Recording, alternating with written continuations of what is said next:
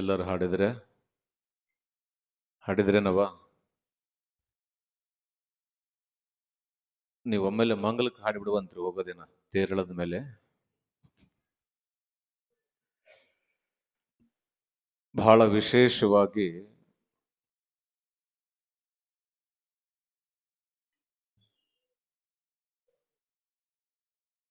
ಪುಣ್ಯ ತುಂಬಿದ ಈ ಮಣ್ಣಿನಲ್ಲಿ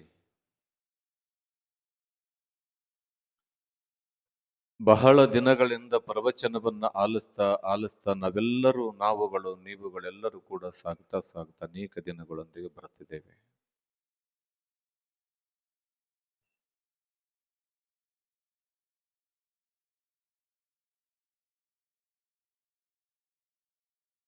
ಮಹಾಂತ ಶಿವಯೋಗಿಗಳು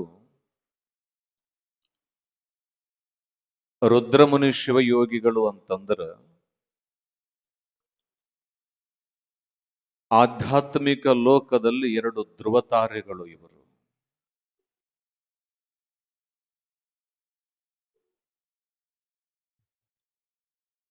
ಅರಿವಿನ ಆಚಾರಕ್ಕೆ ತಮ್ಮದೇ ಆಗಿರುವ ಜ್ಞಾನದ ಸೋಪಾನವನ್ನ ಕಟ್ಟಿ ಜಗತ್ತಿನೊಳಗ ದಿವ್ಯತ್ವವನ್ನ ಬೆಳಗಿದ ಎರಡು ಜ್ಯೋತಿಗಳು ಅಂದ್ರೆ ಒಂದು ಮಹಂತ ಶಿವಯೋಗಿ, ಇನ್ನೊಂದು ರುದ್ರಮುನಿ ಶಿವಯೋಗಿಗಳು.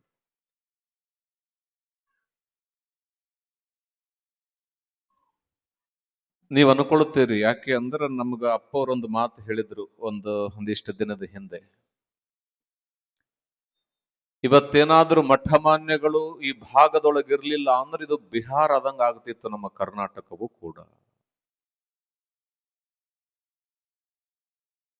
ತಾಯಿ ನೀವು ಹೇಳ್ತಿರಲ್ಲ, ನಾವಿಲ್ಲಿ ವಿಭೂತಿ ಹಚ್ಕೊಂಡಿವ್ರಿ, ಜ್ವರ ಬಂದು ಕುಳಿತಿದೀವಿ ಅಂತಿರಲ್ಲ, ಇದು ಒಂದು ಜನ್ಮದ ಪುಣ್ಯ ಅಲ್ಲ, ನಿಮ್ಮದು 1000 ಜನ್ಮದ ಪುಣ್ಯ. ಮಹಂತ ಶಿವಯೋಗಿ ರುದ್ರಮುನಿ ಶಿವಯೋಗಿಗಳ ತ್ಯಾಗದ ಫಲ ನಮ್ಮನ್ನಿಷ್ಟು ಬಂದು ಕುಂದಿರೋದಕ್ಕೆ ಸಾಕಾರ ಆಗಿದೆ.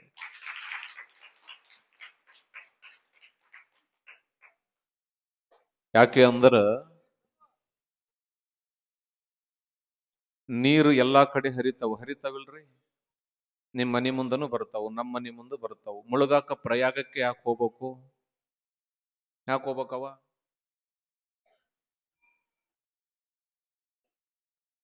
ನಮ್ಮ ಮನೆಯಾಗ ಇರದೇ ಇರೋ ನೀರಿನೊಳಗೆ ಇರದೇ ಇರೋ ಶಕ್ತಿ ಪ್ರಯಾಗದ ನೀರಿನೊಳಗೆ ಏನಿರೋದಕ್ಕೆ ಸಾಧ್ಯ? ಎಳ್ಳು ದಿನ ನಿಮ್ಮ ಮನೆಯೊಳಗಿರ್ತಾವು, ಹೊಳಿ ದಿನ ಹರಿತದ, ಆದ್ರೂ ಸಂಕ್ರಾಂತಿಯೊಳಗ ಹೋಗಿ ಯಾಕೆ ಮುಳುಗುತ್ತೀರಿ? ಯಾಕೆ ಅಂದ್ರೆ ದೇವರು ಅವರಿಗೆ ಆ ಕ್ಷಣಕ್ಕೆ, ಆ ಸಮಯಕ್ಕೆ, ಆ ವ್ಯಕ್ತಿಗೆ, ಆ ದಿನಕ್ಕೆ ಅದರದೇ ಆದ ಯೋಗ್ಯತೆಗಳನ್ನ ಭಗವಂತ ಕೊಟ್ಟಿದ್ದಾನೆ. ಹೆಂಗ ಪ್ರಯಾಗ ಪಾಪವನ್ನ ಕಳಿತದಲ್ಲ, ಅಂತಹ 1000 ಲಕ್ಷ ಪ್ರಯಾಗದ ಶಕ್ತಿ ಎಲ್ಲಿರ್ತದೆ ಅಂದ್ರೆ ಒಬ್ಬ ರುದ್ರಮುನಿ ಅಂತಹ ಗುರುವಿನ ಚರಣದೊಳಗಿರೋದಕ್ಕೆ ಸಾಧ್ಯ. ಅದಕ್ಕೆ ಹೇಳ್ತಾರಲ್ಲ, ಗುರುವಿನ ಚರಣಕ್ಕಿಂತ ಶ್ರೇಷ್ಠವಾದದ್ದು ಈ ಮಣ್ಣಿನಲ್ಲಿ, ಈ ಪ್ರಪಂಚದಲ್ಲಿ ಇನ್ನೊಂದಿರೋದಕ್ಕೆ ಸಾಧ್ಯ ಇಲ್ಲ.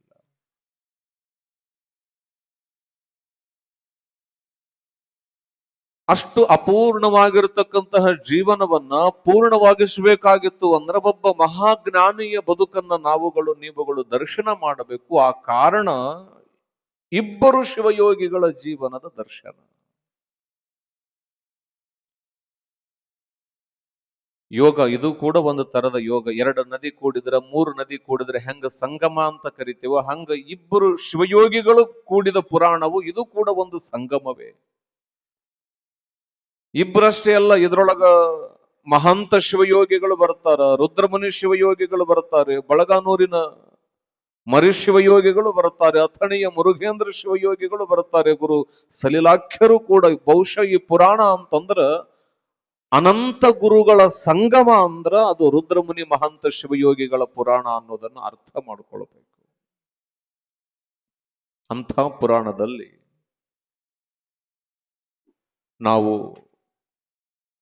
ನೀವು ನಿನ್ನೆನೆಯ ದಿನ ಮಹಾಂತ ಮಹಾಶಿವಯೋಗಿಗಳು ಲಿಂಗದೊಳಗಾಗಿರತಕ್ಕಂಥ ವಿಚಾರವನ್ನ ದರ್ಶನ ಮಾಡಿದ್ವಿ.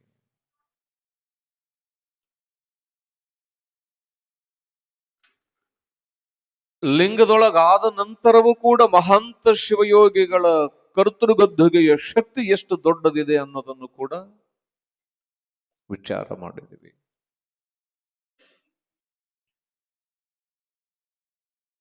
ಹಿರಿಯರಿಲ್ಲದ ಮನೆ,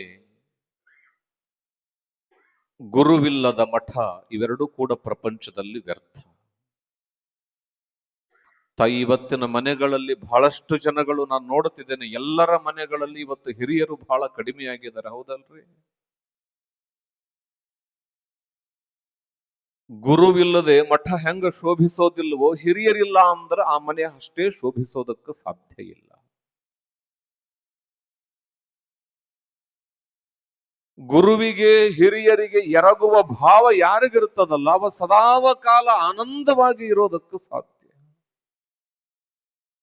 ಗುರು ಅಂತಂದ್ರ ಕೇವಲ ಒಂದು ಅಧಿಕಾರ ಅಂತಷ್ಟೇ ಅಲ್ಲ, ಬಹಳ ಚಂದ ಅರ್ಥ ಮಾಡ್ಕೊಳ್ರಿ. ಗುರು ಅಂದ್ರ ಅಧಿಕಾರ ಅಲ್ಲ, ಗುರು ಅಂದ್ರ ಅಧಿಕಾರಗಳನ್ನ ಆಶೀರ್ವಾದ ಮಾಡತಕ್ಕಂತ ಸ್ಥಾನ ಅದು.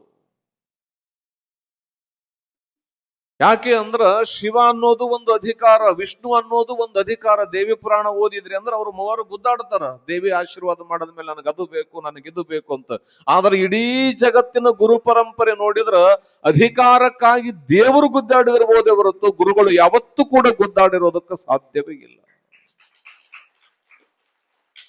ಯಾಕೆ ಹೇಳ್ತಿದ್ದೀನಿ ಅಂತಂದ್ರೆ, ಮಹಂತ ಶಿವಯೋಗಿಗಳು ಲಿಂಗದೊಳಗಾದ ಮೇಲೆ ವಿರೂಪಾಕ್ಷ ಶಿವಯೋಗಿಗಳನ್ನ ಪೀಠಕ್ಕೆ ಮಾಡಿದ್ರ, ವಿರೂಪಾಕ್ಷ ಶಿವಯೋಗಿಗಳಿಗೆ ಏನು ಕಾತುರ ಅಂದ್ರೆ, ನಾನು ಯಾವಾಗ ರುದ್ರಮುನಿ ಶಿವಯೋಗಿಗಳನ್ನು ಅಧಿಕಾರ ಮಾಡೇನಿ ಈ ಮಠಕ್ಕ. ಮಹಂತ ಶಿವಯೋಗಿಗಳು ಲಿಂಗದೊಳಗಾದ ತಕ್ಷಣ ವಿರೂಪಾಕ್ಷ ಶಿವಯೋಗಿಗಳ ಆರೋಗ್ಯದಲ್ಲಿ ಸ್ವಲ್ಪ ಏರುಪೇರು ಪ್ರಾರಂಭ ಆಗ್ತದೆ.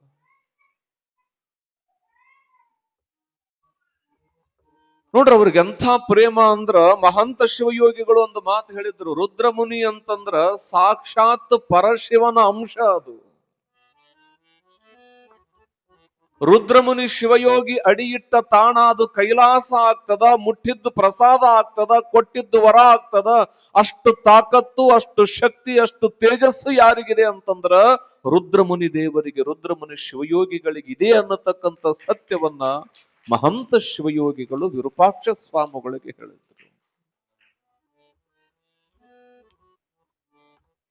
ಕಪಟವಿಲ್ಲದ ಹೃದಯ ವಿರೂಪಾಕ್ಷ ಶಿವಯೋಗಿಗಳ. ಯಾಕೆ ಅಂದ್ರ ಬಹಳ ದೊಡ್ಡ ಪರಂಪರೆ. ಅಷ್ಟೊತ್ತಿಗಾಗಲೇ ಹಾಲ್ವಿಯ ಮಠ ಅಂತಂದ್ರ ನಾಡಿನಲ್ಲಡಿ ಎಲ್ಲ ರಾಜ್ಯಗಳಿಂದ ಆ ಮಠಕ್ಕೆ ಬರ್ತಾ ಇದ್ರು. ಏನೋ ಗೊತ್ತಿಲ್ಲ, ರುದ್ರಮುನಿ ಶಿವಯೋಗಿಗಳನ್ನ ಕರೆಸಿದ್ದೇ ತಡ. ವಿರೂಪಾಕ್ಷ ಶಿವಯೋಗಿಗಳು ಹಾಲ್ವಿಯ ಭಕ್ತರನ್ನ, ಸುತ್ತಮುತ್ತ ಎಲ್ಲ ಭಕ್ತರನ್ನ ಕರೆದು ಒಂದು ಸಭೆ ಮಾಡ್ತಾರ. ಅದು ಯಾವ ಸಭೆ ಅಂತಂದ್ರ, ರುದ್ರಮುನಿ ಶಿವಯೋಗಿಗಳಿಗೆ ಪಟ್ಟಾಧಿಕಾರ ಮಾಡಬೇಕು. ನೀವೆಲ್ಲ ಗುರುಗಳದ್ದು ಮಾಡಿದ್ರಲ್ಲ ತಾಯಿ, ನೋಡಿದ್ರಲ್ಲ ನೀವೆಲ್ಲ. ಎಷ್ಟು ನಿಜವಾಗ್ಲೂ ಹೇಳ್ಬೇಕಂದ್ರೆ ಬಹಳ ಅದ್ಭುತವಾಗಿ ಆ ಕಾರ್ಯಕ್ರಮವನ್ನ ತಾವೆಲ್ಲರೂ ಮಾಡಿದ್ರಿ.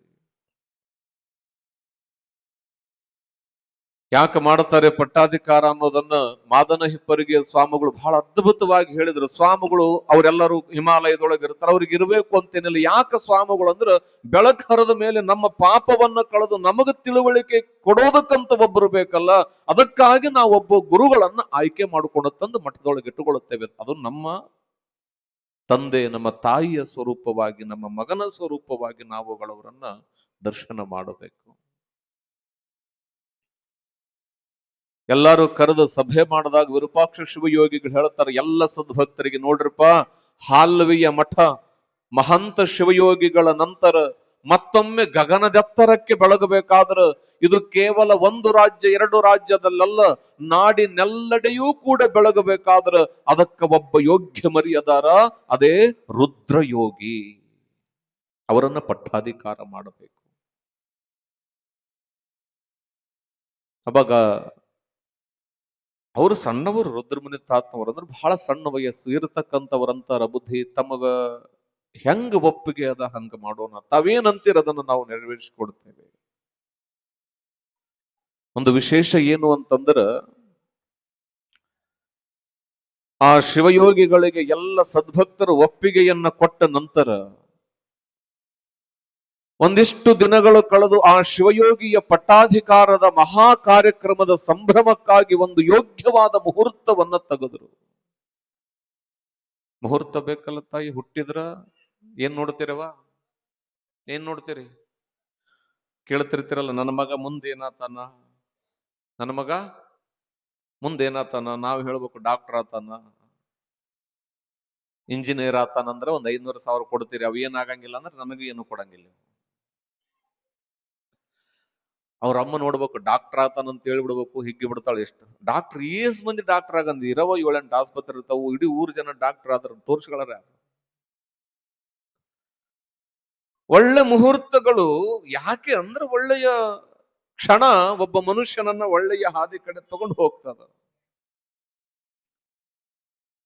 ಅವ್ರದ್ದು ಎಂಥ ಅದ್ಭುತ ತಿಥಿಮಿತಿಗಳನ್ನು ಹುಡುಕಿದ್ರು ಅಂದ್ರೆ ಬರೀತಾರ, ಶಾಲಿವಾಹನ ಸಖೆ 1818 ನೋಡ್ರವ್ರು ಪಟ್ಟಾಧಿಕಾರ ಆಗಿದ್ದು 1-8-1-8. ನೀವು ಎಕಡೆ ಲೆಕ್ಕ ಮಾಡಿದ್ರು 9 ಬರ್ತದದು.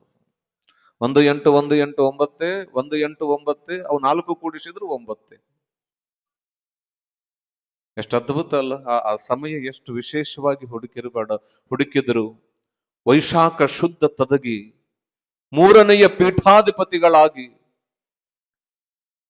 ರುದ್ರಮುನಿ ಶಿವಯೋಗಿಗಳು ಪೀಠವನ್ನ ಅಲಂಕಾರ ಮಾಡತಕ್ಕಂಥ ಸಂದರ್ಭ. ಎಲ್ಲ ಸುತ್ತ ನಾಡಿನ ಭಕ್ತರನ್ನ ಕರೆಸಿ ಎಲ್ಲ ವಿಚಾರವನ್ನ ವಿರೂಪಾಕ್ಷ ಶಿವಯೋಗಿಗಳು ಎಲ್ಲರಿಗೂ ತಿಳಿಸಿ, ನೋಡ್ರಪ್ಪ ನಮಗೂ ಕೂಡ ಸ್ವಲ್ಪ ಆರೋಗ್ಯದಲ್ಲಿ ಹೆಚ್ಚು ಕಡಿಮೆ ಆಗ್ಯದ. ಅದು ರುದ್ರಮುನಿ ಶಿವಯೋಗಿಗಳು ಈ ಪರಂಪರೆಯನ್ನ ಘನವಾಗಿ ಬೆಳಗುತ್ತಾರೆ. ಆದ ಕಾರಣ ರುದ್ರಮುನಿ ಶಿವಯೋಗಿಗಳ ಪಟ್ಟಾಧಿಕಾರವನ್ನ ಅತ್ಯದ್ಭುತವಾಗಿ ನೀವುಗಳು ಎಲ್ಲರೂ ಕೂಡಿಕೊಂಡು ಮಾಡೋಣ ಅಂತ ಹೇಳಿ ಇಂಥ ದಿವಸ ಅಂತ ಹೇಳಿದ ತಕ್ಷಣವೇ ನಿಮಗೆ ಹೇಳುತ್ತೇನೆ, ಪ್ರತಿಯೊಬ್ಬ ಮನೆಗಳಲ್ಲಿಯೂ ಕೂಡ ನಮ್ಮ ಹೊಟ್ಯಾಗ ಹುಟ್ಟಿದ ಮಗನ ಕಾರ್ಯಕ್ರಮ ಏನೋ ಅನ್ನುವ ರೀತಿಯೊಳಗ ಮನೆಗೆ ನಿಂತುಕೊಂಡು ಆ ಮಠದ ಶೃಂಗಾರವನ್ನ, ಊರಿನ ಮನೆಗಳ ಶೃಂಗಾರವನ್ನ ಮಾಡೋದಕ್ಕೆ ಪ್ರಾರಂಭ ಮಾಡಿದರು. ಎಲ್ಲ ಬೀದಿಯನ್ನ ಸ್ವಚ್ಛ ಮಾಡಿದರು. ಮನೆಗಳಿಗೆ ರಂಗೋಲಿ, ತೋರಣ, ಮನೆಗಳಲ್ಲಿ ಸಿಹಿ, ಮನೆಗೆ ಬಂಧು ಬಾಂಧವರ ಆಗಮನ, ಇಡೀ ಹಾಲ್ವಿಯ ಗ್ರಾಮ ಸಾವಿರಾರು ಹಬ್ಬಗಳು ಒಟ್ಟಿಗೆ ಬಂದಿದಾವೇನೋ ಅನ್ನುವ ರೀತಿಯೊಳಗ ಕಂಗೊಳಿಸೋದಕ್ಕೆ ಪ್ರಾರಂಭವಾಯಿತು. ಎಲ್ಲರ ಮುಖದೊಳಗ ನಗು, ಸಂಭ್ರಮ ಅಲ್ಲ ತಾಯಿ.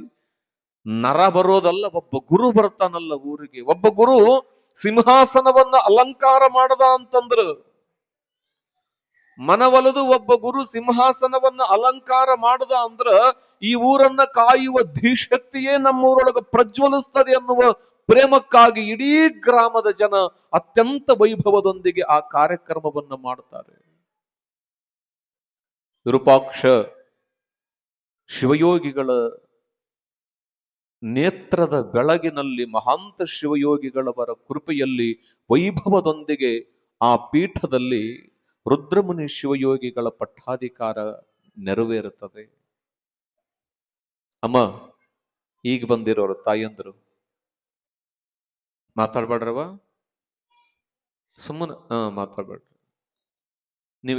ನೀವೆಷ್ಟು ಒಳ್ಳೆಯರಂದ್ರ, ಮಳೆ ಬಂದ್ರ ಇದರಾಗ 10,000 ಜನ ಕುಂದಿರ್ತೀರಿ. ಮಳೆ ಬರ್ಲಿಲ್ಲ ಅಂತಂದ್ರ ಅದಷ್ಟು ಮಂದಿಗೆ 100 ಜನಕ್ಕೂ ಸಾಕಾಗಂಗಿಲ್ಲ, ಅಷ್ಟು ಮಾತಾಡ್ತೀರಿ. ಆರಾಮಾಗಿ ಕುಂದ್ರಿ, ಚಂದ ಕೂಡ್ರಿ, ಮಾತಾಡ್ಬೇಡ್ರಿ. ರುದ್ರಮುನಿ ಶಿವಯೋಗಿಗಳ ಪಟ್ಟಾಧಿಕಾರವನ್ನ ಅತ್ಯಂತ ವೈಭವದಿಂದ ನೆರವೇರಿಸಿದರು. ಪಟ್ಟಾಧಿಕಾರ ಆಯಿತು. ಪಟ್ಟಾಧಿಕಾರ ಆದ ನಂತರ ಇಡೀ ಮಠದ ಸಮಸ್ತ ಅಧಿಕಾರವನ್ನ ರುದ್ರಮುನಿ ಶಿವಯೋಗಿಗಳ ಕೈಯೊಳಗ ಕೊಟ್ಟರು ವಿರೂಪಾಕ್ಷ ಶಿವಯೋಗಿಗಳು. ರುದ್ರಮುನಿ ಶಿವಯೋಗಿಗಳು ಅಧಿಕಾರ ಅಂತಂದ್ರೆ ಏನು ಗೊತ್ತಿಲ್ಲ. ಅವ್ರು ಯಾವುದು ಅಧಿಕಾರ, ಯಾವುದು ಪ್ರೇಮ ಅಂದ್ರೆ ಮಹಂತ ಶಿವಯೋಗಿಗಳ ಸಾಕ್ಷಾತ್ ಭಗವಂತನ ನೆನಹು ಬಿಟ್ರ ಅವ್ರಿಗಿನ್ನೇನು ಕೂಡ ಜಗತ್ತಿನ ಪರಿವೆ ಇರೋದಕ್ಕೆ ಸಾಧ್ಯ ಇರಲಿಲ್ಲ. ದಿನ ತಿಂಗಳುಗಳು ಕಳೆದವು. ಆ ಊರಿನೊಳಗ ರುದ್ರಮುನಿ ಶಿವಯೋಗಿ ಅಂತಂದ್ರೆ ಎಲ್ಲರೂ ಮಗನಂತೆ ಪ್ರೀತಿಸೋದಕ್ಕೆ ಪ್ರಾರಂಭ. ಎಲ್ಲರೂ ಕೂಡ ರುದ್ರಮುನಿ ಶಿವಯೋಗಿಗಳು ನಮ್ಮ ಮನೆಗೆ ಪಾದ ಹಾಕ್ರಿ, ಪಾದ ಪೂಜೆ ಮಾಡಿಕೊಳ್ಳೋದು, ಅವ್ರಿಗೇನೆಲ್ಲ ಮಡಿಯಿಂದ ಎಡೆಯನ್ನ ತಂದು ಕೊಡೋದು ನಡೀತು. ನಿಮಗೆ ಹೇಳುತ್ತೇನೆ, ಸ್ವಲ್ಪ ದಿನ ಕಳೆದ ನಂತರ ವಿರೂಪಾಕ್ಷ ಶಿವಯೋಗಿಗಳೇನಿವರಿಗೆ ಪಟ್ಟಾಧಿಕಾರ ಮಾಡಿದ್ರಲ್ಲ, ರುದ್ರಮುನಿ ಶಿವಯೋಗಿಗಳನ್ನ ಕರೆದು ಎಲ್ಲ ವಿಷಯಗಳನ್ನ ತಿಳಿಸಿ ಸೋಮವಾರದ ಬ್ರಾಹ್ಮಿ ಮುಹೂರ್ತದಲ್ಲಿ ಅವರು ಲಿಂಗದೊಳಗಾಗ್ತಾರೆ. ನೋಡ್ರಿ ಎಂಥ ವಿಚಿತ್ರ. ಇವತ್ತು ಗವಾಯಿಗಳು ಬಂದು ನಾನು ಆಡಬೇಕಾದ್ರೆ ಅದನ್ನೇ ಅನ್ಕೊಂಡೆ, ಲಿಂಗದೊಳಗಾದ ವಿರೂಪಾಕ್ಷ ಸ್ವಾಮಿ ಅಂತ ಹೇಳಿ. ಇವತ್ತು ಸೋಮವಾರದ ದಿನ ಲಿಂಗದೊಳಗಾಗ್ತಾರೆ. ಇಡೀ ಮಠದ ಜವಾಬ್ದಾರಿ ಎಲ್ಲ ಯಾರ ಮೇಲೆ ಬೀಳುತ್ತದೆ ಅಂತಂದ್ರ ರುದ್ರಮುನಿ ಶಿವಯೋಗಿಗಳ ಮೇಲೆ. ರುದ್ರಮುನಿ ಶಿವಯೋಗಿಗಳು ಎಲ್ಲರ ಮನದ ಆರಾಧ್ಯ ದೈವರಾಗಿ ಮಠದಲ್ಲಿ ಕಂಗೊಳಿಸ್ತಾ ಇದ್ದಾರೆ. ಅವರು ಪೀಠಕ್ಕಾಗಿ ಒಂದೂವರೆ ವರ್ಷ ಆಗಿತ್ತೇನೋ ಗೊತ್ತಿಲ್ಲ, ಆ ಊರು ಭಾಗದೊಳಗೆಲ್ಲ ಬರಗಾಲ. ನೋಡ್ರಿ ಎಂಥ ವಿಧಿ. ತಾಯಿ ನಿಮಗೆ ಹೇಳುತ್ತೇನೆ, ಎಂಥ ಬರಗಾಲ ಅಂತಂದ್ರೆ ಇಡೀ ಗ್ರಾಮದವರು, ಹಳ್ಳಿ ಜನ ಎಲ್ಲ ಬಿಟ್ಟು ಬೇರೆ ಬೇರೆ ಕಡೆ ದುಡಿಯೋದಕ್ಕೆ ಹೋಗೋದಕ್ಕೆ ಪ್ರಾರಂಭ ಮಾಡಿದರು. ಅವಾಗ ರುದ್ರಮುನಿ ಶಿವಯೋಗಿಗಳು ಎಂಥ ತೀರ್ಮಾನ ತಗೊಳ್ತಾರೆ ಅಂದ್ರ, ಊರೊಳಗೆ ಹೋಗಿ ಸಭೆ ಮಾಡಿ, ಯಾರ ಮನ್ಯಾಗ ದವಸ ಇಲ್ಲ, ಯಾರಿಗೆ ಬಡತನ ಅದ, ಯಾರಿಗೆ ಪ್ರಸಾದಕ್ಕೆ ಕೊರತೆ ಅದ, ಅವರು ಯಾರೂ ಕೂಡ ಊರು ಬಿಡಬಾಡ್ರಿ, ಎಲ್ಲರೂ ಬಂದು ನಮ್ಮ ಮಠದೊಳಗ ವಾಸ್ತವ್ಯ ಮಾಡ್ರಿ, ನಿಮಗ ಪ್ರಸಾದವನ್ನ ನಾನು ಮಾಡಿಸ್ತೇನೆ. ಇದು 1 ದಿನ 2 ದಿನದ್ದಲ್ಲ, ವರ್ಷಾನುಗಟ್ಲೆ ಇರೋರವರು. ಬರಗಾಲ 3 ವರ್ಷ ಕಾಲ ಬರಗಾಲ ಬಿದ್ದದ. ಅವ್ರು ಹೇಳಿದ್ರು, ನಿಮ್ಮ ಮನೆಯೊಳಗ ದನ ಇರ್ಲಿ, ಆಕಳಿರ್ಲಿ, ಅವನ್ನ ತಗೊಂಡು ಬಂದು ಮಠದ ಅಂಗಳದೊಳಗ ಕಟ್ರಿ. ನೀವು 1 ವರ್ಷ ಅಲ್ಲ, ನೀವು ಎಷ್ಟು ವರ್ಷ ಮಠದೊಳಗೆ ಇರ್ತೀರಿ, ನೀವು ಆರಾಮಾಗಿ ಪ್ರಸಾದ ಮಾಡಿಕೊಂಡಿರ್ರಿ, ಈ ಊರು ಬಿಟ್ಟು ಹೋಗ್ಬೇಡ್ರಿ ಅಂತ ಪ್ರೀತಿಯಿಂದ ರುದ್ರಮುನಿ ತಾತನವರು ಕೇಳಿಕೊಳ್ತಾರೆ. ಎಷ್ಟು ಧೈರ್ಯ ಇರ್ಬೋದ್ರಿ ಅವರಿಗೆ, ಯಾರಿಗೆ ನೋಡ್ರಿ ಎಷ್ಟು ಪ್ರೇಮ ಆ ಭಕ್ತರ ಮೇಲೆ. ಅವಾಗ ಊರಿನ ಜನ ಅಂತಾರಪ್ಪ, ಏನಾರ ದುಡಿದು ಮುಟ್ಟಿಸ್ಬೇಕಂದ್ರ ಬರಗಾಲದ ಏನೇನು ಇಲ್ಲ, ನೀನು ಮಾಡೋ ತ್ಯಾಗಕ್ಕ ನಾವೇನಾದ್ರೂ ಕೊಡಬೇಕು ಅಂತಂದ್ರ ನಮ್ಮ ಕೈ ನಿಂತು ಹೋಗಿಬಿಟ್ಟದ, ಮತ್ತ ನಮ್ಮನ್ನೂ ಬಂದು ನಿಮ್ಮ ಮಠದಾಗಿ ಇರ್ರಿ ಅಂತ ಹೇಳ್ತೀರಿ. ಖರೆ ಸುಮ್ಮನೆ ಊಟ ಮಾಡ್ಕೊಂತಿದ್ರು ಹೆಂಗ? ಮತ್ತ ಮಠದಾಗ ಏನಾರು ದುಡಿಬೇಕಿಲ್ಲ.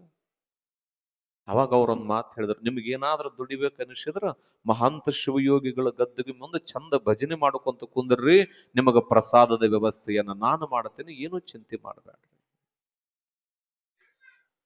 ತಾಯಿ ಬಸವ ಪುರಾಣ ಆದಾಗ ಮಹಾಂತ ಶಿವಯೋಗಿಗಳು ಲಕ್ಷ ಲಕ್ಷ ಜನರಿಗೆ ಪ್ರಸಾದವನ್ನು ಮಾಡಿಸಿದರು. ತದನಂತರ ಬರಗಾಲ ಬಿದ್ದಾಗ ಅವರೇನು ಸೊಲ್ಲಾಪುರದಿಂದ ಪಾತ್ರೆಗಳು ಬಂದಿದ್ವಲ್ಲ, ಅದೇ ಪಾತ್ರೆಯಲ್ಲಿ ಲಕ್ಷ ಲಕ್ಷ ಜನರಿಗೆ ಪ್ರಸಾದವನ್ನ ಮಾಡಿಸುವ ಕಾಯಕವನ್ನು ರುದ್ರಮುನಿ ತಾತನವರು ಮಾಡುತ್ತಾರೆ. 1 ತಿಂಗಳಲ್ಲ, 2 ತಿಂಗಳಲ್ಲ, 1 ವರ್ಷ 2 ವರ್ಷ ಆದ್ರೂ ಕೂಡ ಬರಗಾಲ ಹೋಗೋದಿಲ್ಲ. ಅವ್ರ ಮಠದೊಳಗೆ ಎಲ್ಲ ಜನಗಳಿರೋದು. ಮತ್ತ ಅವ್ರು ಏನ್ ಮಾಡ್ತಿದ್ರಂದ್ರ, ಬೆಳಗಿನ ಜಾವ ಎದ್ದು ಆದವಾನಿಗೆ, ಬಳ್ಳಾರಿಗೆ ಭಿಕ್ಷಾಕ್ ಹೋಗ್ಬೇಕು ಅವರು. ರುದ್ರಮುನಿ ತಾತನವರು ಹಿಂದೊಂದಿಷ್ಟು ಜನನ ಕರ್ಕೊಂಡು ಅವರು ಭಿಕ್ಷಾಕ್ ಹೋಗಿ ಭಿಕ್ಷಾ ಬೇಡಿ ಅವರು ತಂದಿರತಕ್ಕಂಥ ಭಿಕ್ಷೆ ಎಲ್ಲಿ ಭಕ್ತರಿಗೆ ಪ್ರಸಾದವನ್ನ ಮಾಡಿಸೋದು. ಅವರು 1 ಸಾರಿ ಮಠಕ್ಕೆ ಬಂದ್ರು ಅಂದ್ರೆ 300 ಚೀಲ 400 ಚೀಲ ಭತ್ತ ಜೋಳಗಳನ್ನ ಹಾಕೊಂಡು ಬರೋದು, ಎಲ್ಲಾ ತರಕಾರಿಗಳನ್ನ ತಂದು ಮಠದೊಳಗೆ ಹಾಕಿ ಮತ್ತೆ ಭಿಕ್ಷಾಕ್ ಹೋಗಿ ಬಿಡ್ತಿದ್ದರು. ನೋಡ್ರಿ ಇಂಥವ್ರು ಸಿಗ್ತಾರ ಜಗತ್ತಿನಾಗ, ಎಲ್ಲಾರು ಹುಡುಕ್ಯಾಡಿ. ಬರಗಾಲ ಬಿದ್ದ ದುಡ್ಯಾಕ್ ಹೋಗ್ರಿ ಅಂತಾರ. 400-500 ಚೀಲ, ಯಾರೋ ಒಬ್ರು ಮನ್ಯಾಗ ಬಹಳ ಚಂದ ಬರೀತಾರ, ಆದವಾನಿಯೊಳಗ ದೊಡ್ಡ ಶ್ರೀಮಂತರ ಮನ್ಯಾಗ 400 ಚೀಲ ನೆಲ್ಲಿಟ್ರಂತವ್ರು ಭತ್ತ. ಎಷ್ಟವ? 400 ಚೀಲ. ಒಬ್ಬ ದೊಡ್ಡ ಅವಾಗ ಮನಿಗಳೆಲ್ಲ ಗೊತ್ತಿರ್ತಾವ, ನಿಮ್ ಬಂಕ ಇದ್ದು ನೋಡಪ್ಪ. ಮುಂದೆ 10-15 ಹಳ್ಳಿದವ, ನಾ ಬರೋಕ್ 1 ತಿಂಗಳು 1.5 ತಿಂಗಳಾಗ್ಬೋದು, ಇವು ನಿನ್ನಲ್ಲೇ ಇರ್ಲಿ, 2 ಕೂಡಿ ನಾ ತಗೊಂಡು ಹೋಗ್ತೀನಿ ಮಠಕ್ಕೆ ಅಂದ್ರ, ಮರಳಿ ಬಂದು ಕೇಳದಾಗ ಆ ಶ್ರೀಮಂತ ಹೇಳ್ತಾನ, ನೋಡಪ್ಪ ಮತ್ತ ನಾವಿಟ್ಟಿರೋ ಭತ್ತದ ಚೀಲಗಳು ಎಲ್ಲದಾವ ಅಂದಾಗ ಅವ ಹೇಳದ, ಯಾವಾಗ ಇಟ್ಟಿರಿ ಅದ್ದವ. ಏನಂದ? ಗುರುಗಳಿಗೂ ಮೋಸ ಮಾಡೋರು ಜಗ್ ಮುಂದೆ ಅದ್ರ, ಮಾಡಂಗಿಲ್ಲ ಅಂತ ಅನ್ಕೋ. ಅವ್ರಿಗೂ ಮೋಸ ಮಾಡ್ಯಾರ, ಅವ್ರಿಗೂ ಸುಳ್ಳು ಹೇಳ್ಯಾರ. ಅವಾಗ ಮಹಾಂತ ಶಿವಯೋಗಿಗಳು ಒಂದು ಮಾತು ಹೇಳಿದ್ರು, ನೋಡಪ್ಪ, ನಿನ್ನ ಮನೆಯಾಗಿಟ್ರೇನು ನನ್ನ ಮಠದಾಗಿಟ್ರೇನು ಅವು ನಿಮಗ ಸಮರ್ಪಣ ಆಗಬೇಕು. ನಾ ಯಾವಾಗಿಟ್ಟೀನಿ ಅಂತ ಹೇಳಿ ನಿನಗೆ ಯಾವಾಗ ತಿಳಿತದಲ್ಲ, ನೀನ ತಗೊಂಡು ಬಂದು ನನ್ನ ಮಟ್ಟಕ್ಕೆ 400 ಚೀಲ ನೆಲ ಹಾಕ್ತಿದ್ದೀನಿ, ಏನು ಚಿಂತೆ ಮಾಡಬೇಡ, ಆರಾಮಾಗಿರುವಂತ ಆಶೀರ್ವಾದ ಮಾಡಿ ಬಂದ್ರ ಗಗನದೆತ್ತರಕ್ಕೆ ಮನೆ ಇರುವ ಶ್ರೀಮಂತ ಕೇವಲ ಒಂದೇ ಒಂದು ವರ್ಷದಲ್ಲಿ ಭಿಕ್ಷಾ ಬೇಡುವ ಪರಿಸ್ಥಿತಿ ಬರ್ತದ ಅವನಿಗೆ. ನೋಡ್ರಿ, ಗುರು ಒಲ್ಲದ ಅಂದ್ರ ಸಂಪತ್ತು, ಗುರು ಮುನದ ಅಂದ್ರ ಹೋಗಿ ಒಂದು ಕ್ಷಣದೊಳಗಿರೋದಕ್ಕೆ ಸಾಧ್ಯ ಇಲ್ಲ. ಅವನು ಕೂಡ ಗುರುಗಳ ಹತ್ತಿರ ಬಂದು, ಬುದ್ಧಿ ನಮ್ದು ಬಹಳ ತಪ್ಪಾಯ್ತು ಅಂತ ತಿಳ್ಕೊಂಡು ಹಾಲ್ವಿ ಮಠಕ್ಕ ಮತ್ತ ಎಲ್ಲ ಸಾಲನು ಸೂಲನು ಇದ್ದದ್ದು ಎಲ್ಲವನ್ನ ಮಾರಿ 400 ಚೀಲ ಭತ್ತಗಳನ್ನ ಹಾಕೊಂಡು ಬಂದು ಮಠಕ್ಕೆ ಕೊಡ್ತಾನೆ. ಆ ಶಿವಯೋಗಿ ಅನವರತವಾಗಿ ಲೋಕ ಸಂಚಾರ ಮಾಡಿದ್ದು ಯಾಕೆ ಅಂತಂದ್ರ ಭಕ್ತರ ಪ್ರಸಾದಕ್ಕಾಗಿ. ಅವರು ಲೋಕವನ್ನ ಸಂಚಾರ ಮಾಡ್ತಾ ಮಾಡ್ತಾ ಮಾಡ್ತಾ ಎಲ್ಲಿಗೆ ಬರ್ತಾರೆ ಅನ್ನೋದನ್ನ ನಮ್ಮ ಗವಾಯಿಗಳವರು ಒಂದು ಗೀತೆಯನ್ನ ಹಾಡಿದ ನಂತರ ನಾವು ನೀವುಗಳು ವಿಶೇಷವಾಗಿ ಮುಂದಿನ ಕಾರ್ಯಕ್ರಮಕ್ಕೆ ಬರೋಣ ಅಂತ ಹೇಳ್ತಾ ಎಲ್ಲರೂ ಶಾಂತ ರೀತಿಯಿಂದ ಕುಳಿತುಕೋಬೇಕು.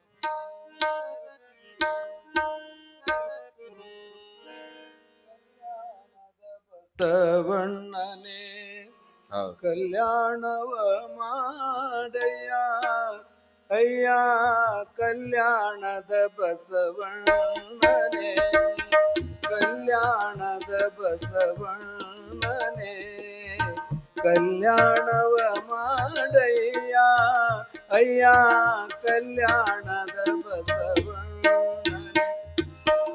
ಕಲ್ಯಾಣದ ಮಾರ್ಗವೆನಗೆ, ಕಲ್ಯಾಣದ ಮಾರ್ಗವೆನಗೆ ತಿಳಿಯಲೊಲ್ಲದಯ್ಯ, ಕಲ್ಯಾಣದ ಬಸವಣ್ಣನೇ, ಕಲ್ಯಾಣದ ಬಸವಣ್ಣನೇ.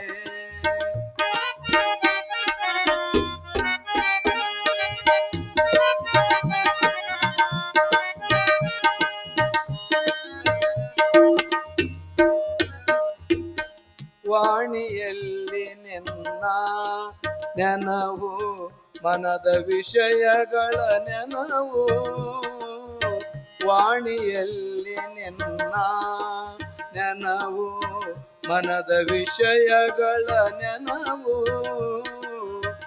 ಜಾಣನಲ್ಲ ನಾನು ಮನವ, ಜಾಣನಲ್ಲ ನಾನು ಮನವ, ತಿದ್ದಲಾಗದೆನಗೆ ದೇವ, ಕಲ್ಯಾಣದ ಬಸವಣ್ಣನೇ, ಕಲ್ಯಾಣದ ಬಸವಣ್ಣನೇ, ಕಲ್ಯಾಣವ ಮಾಡಯ್ಯ, ಅಯ್ಯ ಕಲ್ಯಾಣದ ಬಸವಣ್ಣನೇ.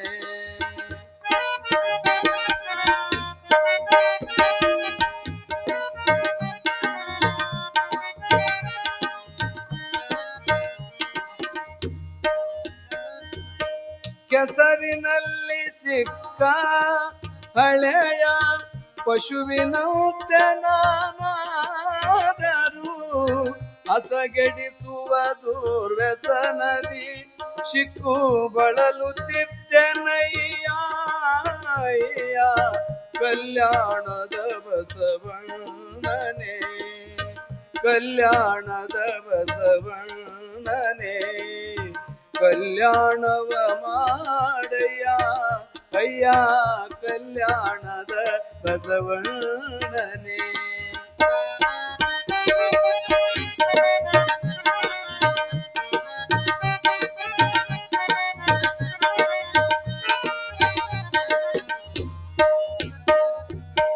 ಬರಬಾರದ ಜನ್ಮಗಳೊಳು ಬಂದು ಬಂದು ನೊಂದೇನಯ್ಯ, ಬರಬಾರದ ಜನ್ಮಗಳೊಳು ಬಂದು ಬಂದು ನೊಂದೇನಯ್ಯ.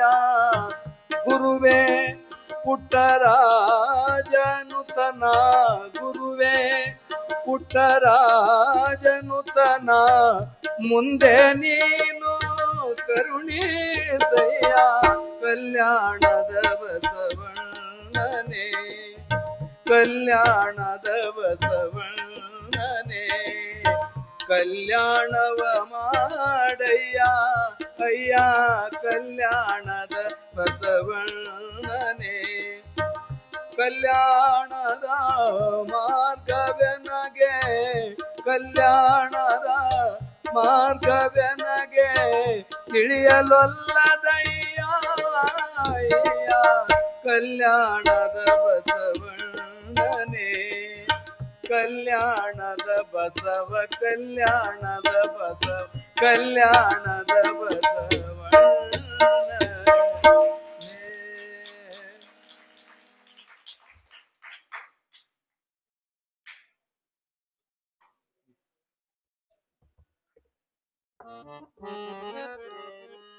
ಹೀಗೆ ದಾನದ ಮಹತಿ ಪ್ರವಚನ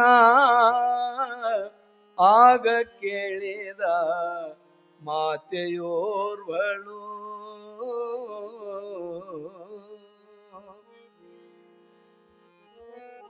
ಬೇಗ ತಾಂ ಗೈದೆನ್ನುವ ಕರ್ಮವ ನೆನೆದು ಗುರುವಿಂಗೆ ಪೂಗ ಕರ್ಮವ ಕಳೆವುದೆನ್ನುತ್ತ ರಾಗ ತನ್ನಯ ಹನ್ನೊಂದೆಕರೆ ತನ್ನಯ ಹನ್ನೊಂದೆಕರೆ ಸಾಗುವಳಿ ಹೊಲ ಎತ್ತು ಗುರುವಿಗೆ ದಾಸಳಾಗಿಗಳು ಗುರುವಿಗೆ ದಾಸಳಾಗಿಗಳು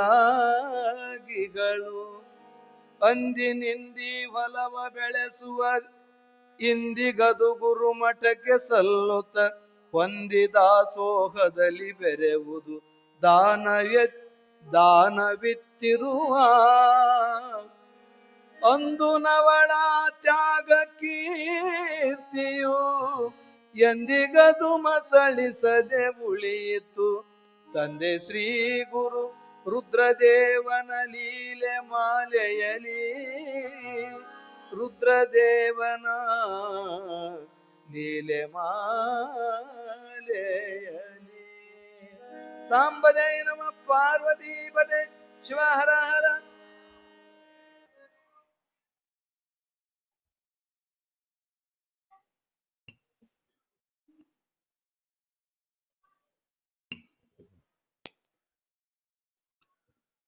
ಚಪ್ಪಳಿ ಹೊಡಿದ್ರೆ ಯವ್ವ ನೀವ್ರಿ ಶರಣರೇ ನಾ ಹೇಳ್ತೀನಿ ಇನ್ನೊಂದ್ 4-5 ದಿನ ಐತಿ ನಡೀತತ್ ಹೇಳ್ತೀನಿ ನಾನೇನಂಗೇನಿಲ್ಲ ಬಹಳ ವಿಶೇಷವಾಗಿ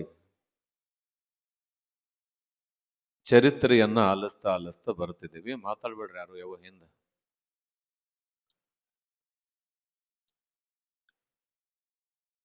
ಅಜ್ಜವರು ನಿಮಗೆಲ್ಲ ತಣ್ಣಗ ಫ್ಯಾನು ಕುಂದ್ರಕ ಎಲ್ಲ ವ್ಯವಸ್ಥೆ ಬಹಳ ಚಂದ ಮಾಡ್ಯಾರ ಅದಕ್ಕೆ ಸುದ್ದಿ ಹೇಳ್ತೀರಿ ನೀವು ಹೌದಾ ಇಲ್ಲವ ಒಟ್ಟ ಸುದ್ದಿ ಹೇಳ್ಬಾರ್ದು ಚಂದ ಕೇಳ್ಬೇಕು ಪುರಾಣದಾಗ ಸುದ್ದಿ ಮನ್ಯಾಗ ನಿದ್ದಿ ಇದ್ರಿದ್ದಿ ಎದ್ರೆದ್ದಿ ನೋಡ್ರಿ ಒಂದಿಷ್ಟು ಸುಮ್ಮನೆ ಕಲ್ಪನೆ ಮಾಡ್ಕೊಂಡು ನೋಡ್ರಿ ಈಗ ನಾನು ಬರಗ ನನ್ನ ತ್ರಾಸ ಐತವ ನಮ್ಮ ಮನ್ಯಾಗ ನೀವು ಅಮಾವಾಸ್ಯೆಗೊಮ್ಮೆ ಕರಿತಿರಿಲ್ಲ ನಮ್ಮನ್ನು ಸ್ವಾಮಿಗಳು ಊಟ ಕರಿತಿರಿಲ್ಲ ಯಾರ ಒಬ್ಬರು ಕರಿತಿರಿಲ್ಲವ ಯಾರ ಕರೆಯರದಿರಿಲ್ಲ ಕರೆದ್ ನೀಡ್ತಿರಲ್ಲ ಮೊದಲು ಮಾಡಿರೋ ಹೋಳಿಗೆ ನೀಡಿ ಒಂದು ಪಾಪ ನಿಮಗೆ ಎಷ್ಟು ದೇವರು ಕೊಟ್ಟಿರ್ತಾನೆ ಅಷ್ಟು ಕಾಣಿಕೆ ಕೊಡ್ತೀರಿ ನೀವು ಒಂದಿನ ನನ್ನ ಕರಿತೀರಿ ಅಂತ ಹೇಳಿ ದಿನ ನಾನು ನಿಮ್ಮ ಮನೆಗೆ ಉಂತೀನಿ ಅಂದ್ರೆ ಸುಮ್ನಿರ್ತೀರೇನವ ಇರಂಗಿಲ್ಲ ತಾತ ನಿಂದ ಅಮಾವಾಸ್ಯೆದ ಕೆಲಸ ಇರ್ತೈತೆ ಅಮಾವಾಸ್ಯೆಗೆ ಬರ್ಬೇಕು ಉಣ್ಬೇಕು ಮತ್ತ ಹೋಳಿ ಹುಣ್ಣಿಮೆಗೆ ಬರ್ಬೇಕು ಯುಗಾದಿ ಹಬ್ಬಕ್ಕೆ ಬರ್ಬೇಕು ಹೋಗ್ಬೇಕು ನೀ ಅಷ್ಟೇ ಇದು ಒಬ್ಬ ಸ್ವಾಮಿಗಳಿಗೆ ಈ ತಾಕತ್ತು ಬರೋದಕ್ಕೆ ಸಾಧ್ಯ ಬಹುಶಃ ಈ ಭೂಮಿ ಮ್ಯಾಗ ಇನ್ನೊಬ್ಬರಿಗೆ ಯಾರಿಗೂ ಬರೋದಕ್ಕಿಲ್ಲ ಅಂತ ಅನ್ಕೊಳುತ್ತೇನೆ ನಾನು ಒಬ್ಬ ಯೋಗಿಗೆ ಒಬ್ಬ ಮಹಂತನಿಗೆ ಇಡೀ ಹಾಲ್ವಿ ಊರಿಗೂರಿಗೆ ಪ್ರಸಾದ ಹಾಕಕತ್ತಾರ ಅವ್ರ ಅಪ್ಪ ಅವ್ರು ಮಠದಾಗ ಇಟ್ಕೊಂಡು ಮತ್ತ ಅವರಿಗೆ ಹೌದಲ್ಲವ ಅವರು ಮನೆ ಮನೆ ಭಿಕ್ಷೆ ಬೇಡುತ್ತಾ ಗ್ರಾಮಕ್ಕೆ ಹೋಗ್ತಾ ಹೋಗುತ್ತಾ ಎಲ್ಲಿಗೆ ಬಂದ್ರು ಅಂದ್ರೆ ಇಲ್ಲಿ ಉಮಳಿ ಹೊಸೂರ್ ಅಂತ ಹೇಳಿ. ಉಮಳಿ ನೋಡಿರ ಏನ್ ಹೋಗಿ ಬರನ್ರ? ಅಲ್ಲಿ ಹೋಗಿಲ್ಲ, ಸಮೀಪ ಐತಿ ಅದಕ್ಕೆ. ಅದು ಕಿಡಿಗೇಣ ತಾತನ ಊರು ಉಮಳಿ ಹೊಸೂರು. ಅಲ್ಲಿ ವಿರೂಪಾಕ್ಷಯ್ಯ ಶಾಸ್ತ್ರಿಗಳು ಅಂತ ಹೇಳಿ ಬಹಳ ದೊಡ್ಡ ಪಂಡಿತರು, ದೊಡ್ಡ ಅನುಭಾವಿಗಳು. ಬಹುಶಃ ಈಗಲೂ ಅವ್ರ ಗದ್ದಿಗಿರ್ಬೇಕು ಅಂತ ಅನ್ಕೊಳ್ತೇನೆ ನಾನು ಆ ಊರಾಗ. ತಾಯಿ ಅವರು ಲೋಕ ಸಂಚಾರ ಮಾಡತ್ತಾ ಏನ್ ಮಾಡಿದ್ರು ಅಂತಂದ್ರ, ಉಮಳಿ ಹೊಸೂರಿಗೆ ಬಂದಾಗ ಅವರು ವಿರೂಪಾಕ್ಷಯ್ಯ ಸ್ವಾಮಿಗಳವರ ಮನೆಯಲ್ಲಿ ವಾಸ್ತವ್ಯ ಮಾಡ್ತಾರೆ, ರುದ್ರಮುನಿ ಶಿವಯೋಗಿಗಳವರು. ಬಹಳ ಆಚಾರವಂತರು, ವಿಚಾರವಂತರು, ಅನುಭಾವಿಗಳಾಗಿರುವ ವಿರೂಪಾಕ್ಷಯ್ಯ ಸ್ವಾಮಿಗಳವರು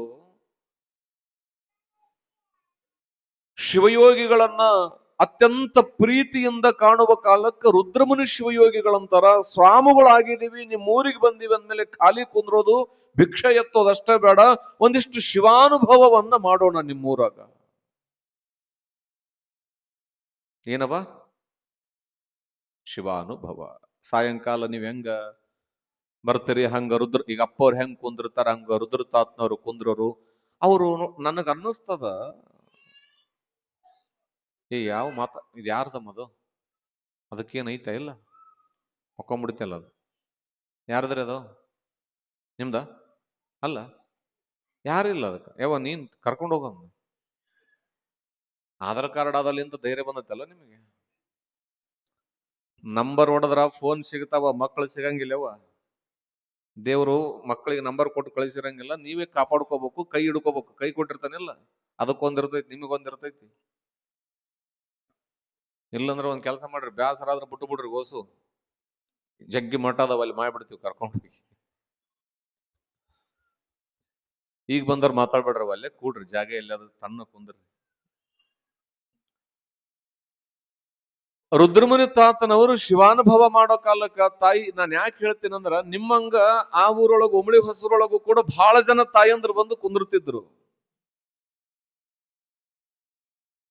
ಅವರ ವಾಣಿ ಎಷ್ಟು ಪರಿಣಾಮ ಬೀರ್ತಿತ್ತು ಭಕ್ತರ ಮೇಲೆ ಅಂತಂದ್ರ, ಒಂದು ದಿನ ಪ್ರವಚನ ಕೇಳಿದ್ರು, 2 ದಿನ ಕೇಳಿದ್ರು, 3 ದಿನ ಕೇಳಿದ್ರು, 4 ದಿನ ಕೇಳಿ 5ನೇ ದಿನ ದಿನಾನು ತಾಯಂದ್ರ ಪ್ರವಚನಕ್ಕೆ ಬರ್ತಿದ್ರು. ಅವರು ಯಾವುದ್ರ ಬಗ್ಗೆ ಮಾತಾಡ್ತಿದ್ರು ಅಂದ್ರೆ ದಾನ ಅನ್ನೋದ್ರ ಬಗ್ಗೆ ಮಾತಾಡ್ತಿದ್ರು. ದಾನ ಅಂದ್ರನೆ ಅದು ಬಹಳ ದೊಡ್ಡದು. ಅದಕ್ಕೆ ಈ ಪ್ರಪಂಚಕ್ಕೆ 2 ಅವಶ್ಯಕತೆ ಬಹಳ ಇದೆ, ಒಬ್ಬವ ಧ್ಯಾನಿ, ಇನ್ನೊಬ್ಬವ ದಾನಿ. ಧ್ಯಾನಿ ತನ್ನ ಯೋಗತ್ವದೊಂದಿಗೆ ಇಡೀ ಪ್ರಪಂಚದ ಜನರಿಗೆ ಶಕ್ತಿಯನ್ನ, ಪ್ರೇಮವನ್ನ, ಕೃಪೆಯನ್ನ ಧಾರೆ ಎರೆದ್ರ, ಆ ಧ್ಯಾನಿ ನಿರಂತರವಾಗಿ ಉಳಿಬೇಕು ಅಂದ್ರೆ ಒಬ್ಬ ದಾನಿ ತನ್ನದೇ ಆಗಿರತಕ್ಕಂಥ ದಾನವನ್ನು ಈ ಜಗತ್ತಿನಲ್ಲಿ ಮಾಡಬೇಕು.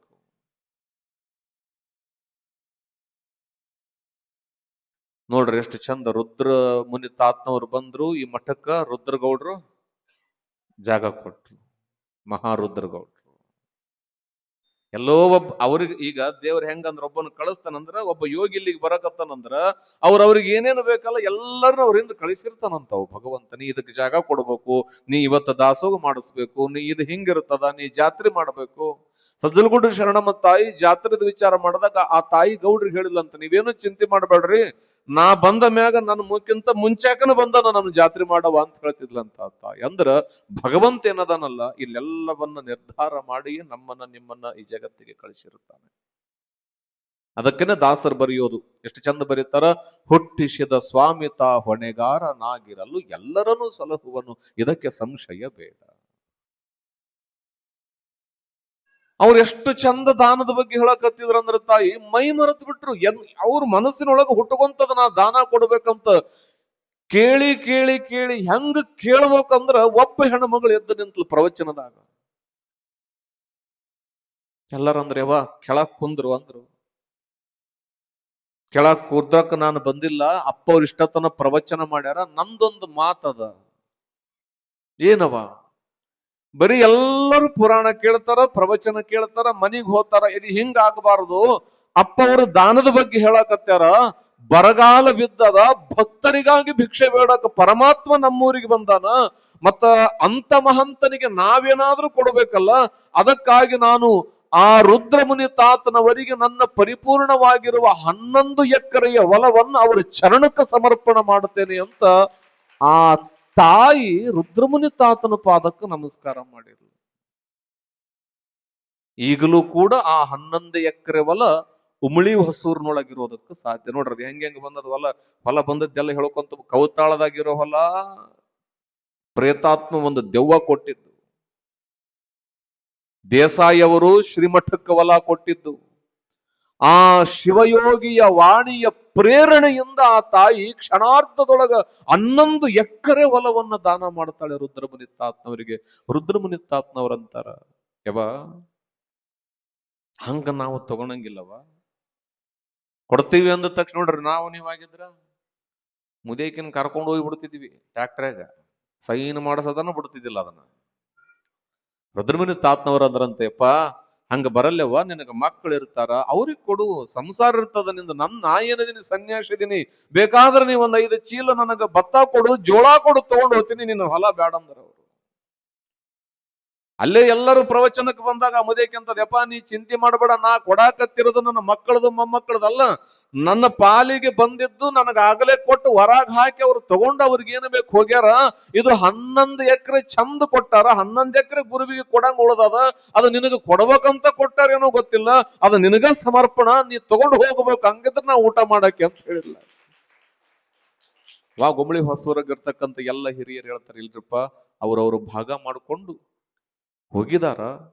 ಈ ತಾಯಿಗೆ 11 ಎಕರೆ ಕೊಟ್ಟಿದ್ರು, ಯೋಗ ಅನ್ನೋ ರೀತಿಯೊಳಗದು ನಿಮಗ ಕೊಟ್ಟಿದ್ದಾಳ, ತಾವು ಅದನ್ನು ತಗೊಂಡು ಹೋಗಬೇಕು ಅಂತ ಹೇಳಿ ಪ್ರೀತಿಯಿಂದ ಕೇಳಿಕೊಂಡಾಗ ಆ 11 ಎಕರೆ ಹೊಲ ಶ್ರೀಪೀಠಕ್ಕಾಗ್ತದೆ. ನೋಡ್ರಿ ಎಷ್ಟು ವಿಚಿತ್ರ. ಆ ಊರೊಳಗ ಅನವರತವಾಗಿ ಈ ಸುದ್ದಿ ಉಮಳಿ ಹೊಸೂರು ತುಂಬ ಎಲ್ಲ ಹರಡಿತು. ಆ ಊರೊಳಗ ಮಡಿವಾಳರಿರ್ತ ಒಬ್ಬ ಬಹಳ ಶ್ರೇಷ್ಠ ಭಕ್ತ, ಗುರುಗಳಿಂದ ಬಂದವರಿಗೆ ಅವ್ರಿಗೆ ಇವರಿಗೆ ಬಟ್ಟೆ ಒಗೆಯುವ ಕಾಯಕ, ಆ ಕಾಯಕ ಮಾಡ್ತಿದ್ದ. ಮಠದಾಗ ಅವ್ರೇನ್ ಅಪ್ಪವ್ರು ಶಿವಾನುಭವ ಮಾಡ್ತಿದ್ರಲ್ಲ, ಅಲ್ಲಿ ಪ್ರಸಾದ ಪ್ರಾರಂಭ ಆಯ್ತು. ನಾನು ಹೇಳಿದ್ನಲ್ಲ, ಅದು ಆ ಪರಂಪರೆನೇ ಒಂಥರ ದಾಸೋಹ. ಅದು ಅವ್ರು ಎಲ್ಲಿ ಪುಣ್ಯಾತ್ಮರು ಎಲ್ಲಿ ಹೋಗಿ ಕುಂತಾರ ಆ ಊರಾಗೆಲ್ಲ ದಾಸೋಹನೇ ಆಗೋಗ್ಯಾವ. ದಾಸೋಹ ಮಾಡ್ಸಕ್ ಚಲೋ ಮಾಡಿದ್ರು. ಎಲ್ಲ ಭಕ್ತರು ಬರೋದು ಬುದ್ಧಿ, ನನಗೆ ಇಷ್ಟು ಜೋಳ ಅದಾವ ನಮ್ಮ ಮನೆಯೊಳಗ, ನೀವು ತಗೊಳ್ರಿ.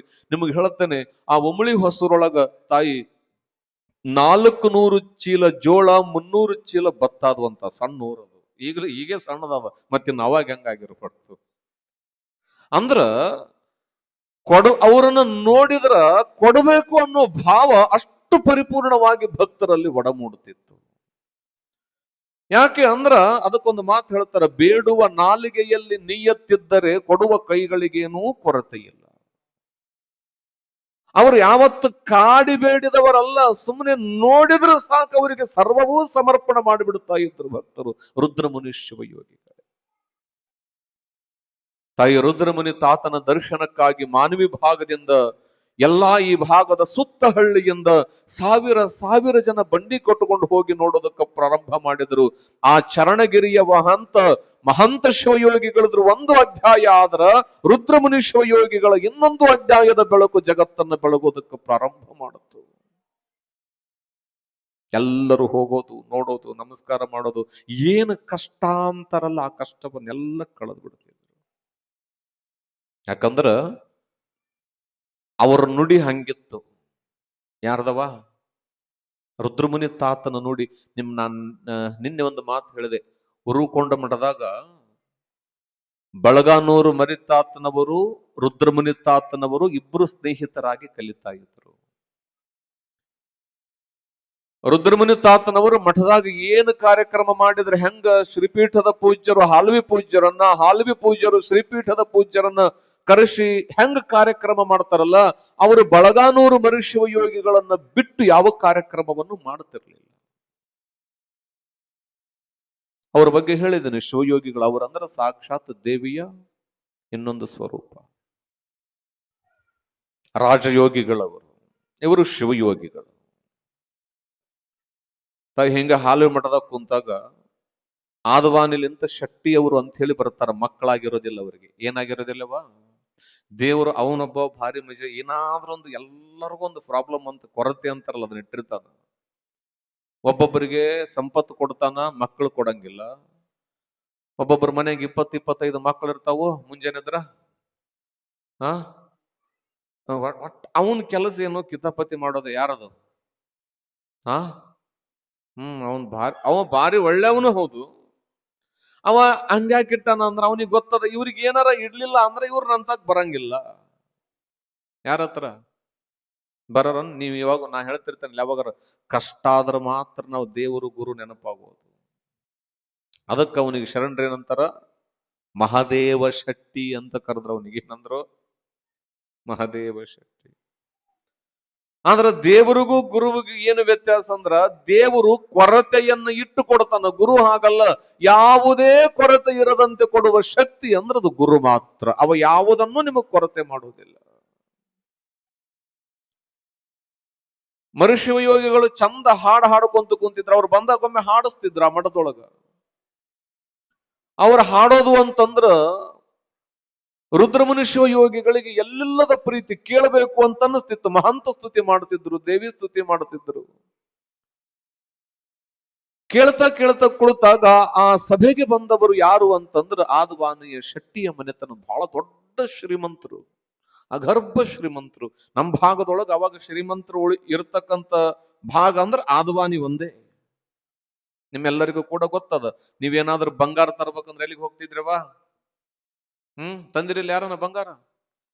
ಅದು ರೇಟ್ ಜಾಸ್ತಿ ಆಗ್ಯದ. ಎಷ್ಟು? 40-50 ಸಾವಿರ ಆಗ್ಯದ ಒಂದ್ ತೊಲಿ. ಈಗಲ್ಲ ಎಷ್ಟಾಗ್ಯದವ? 30? 1.5 ಲಕ್ಷ ಆಗ್ಯದ. ಸಂತೋಷ. ಹಾಕೊಂಬರ್ಬೇಡ್ರಿ ಯಾರು ಜಾತ್ರೆಗೆ. ರೋಡ್ಗಳು ಹಾಕೊಂಬರ್ರಿ.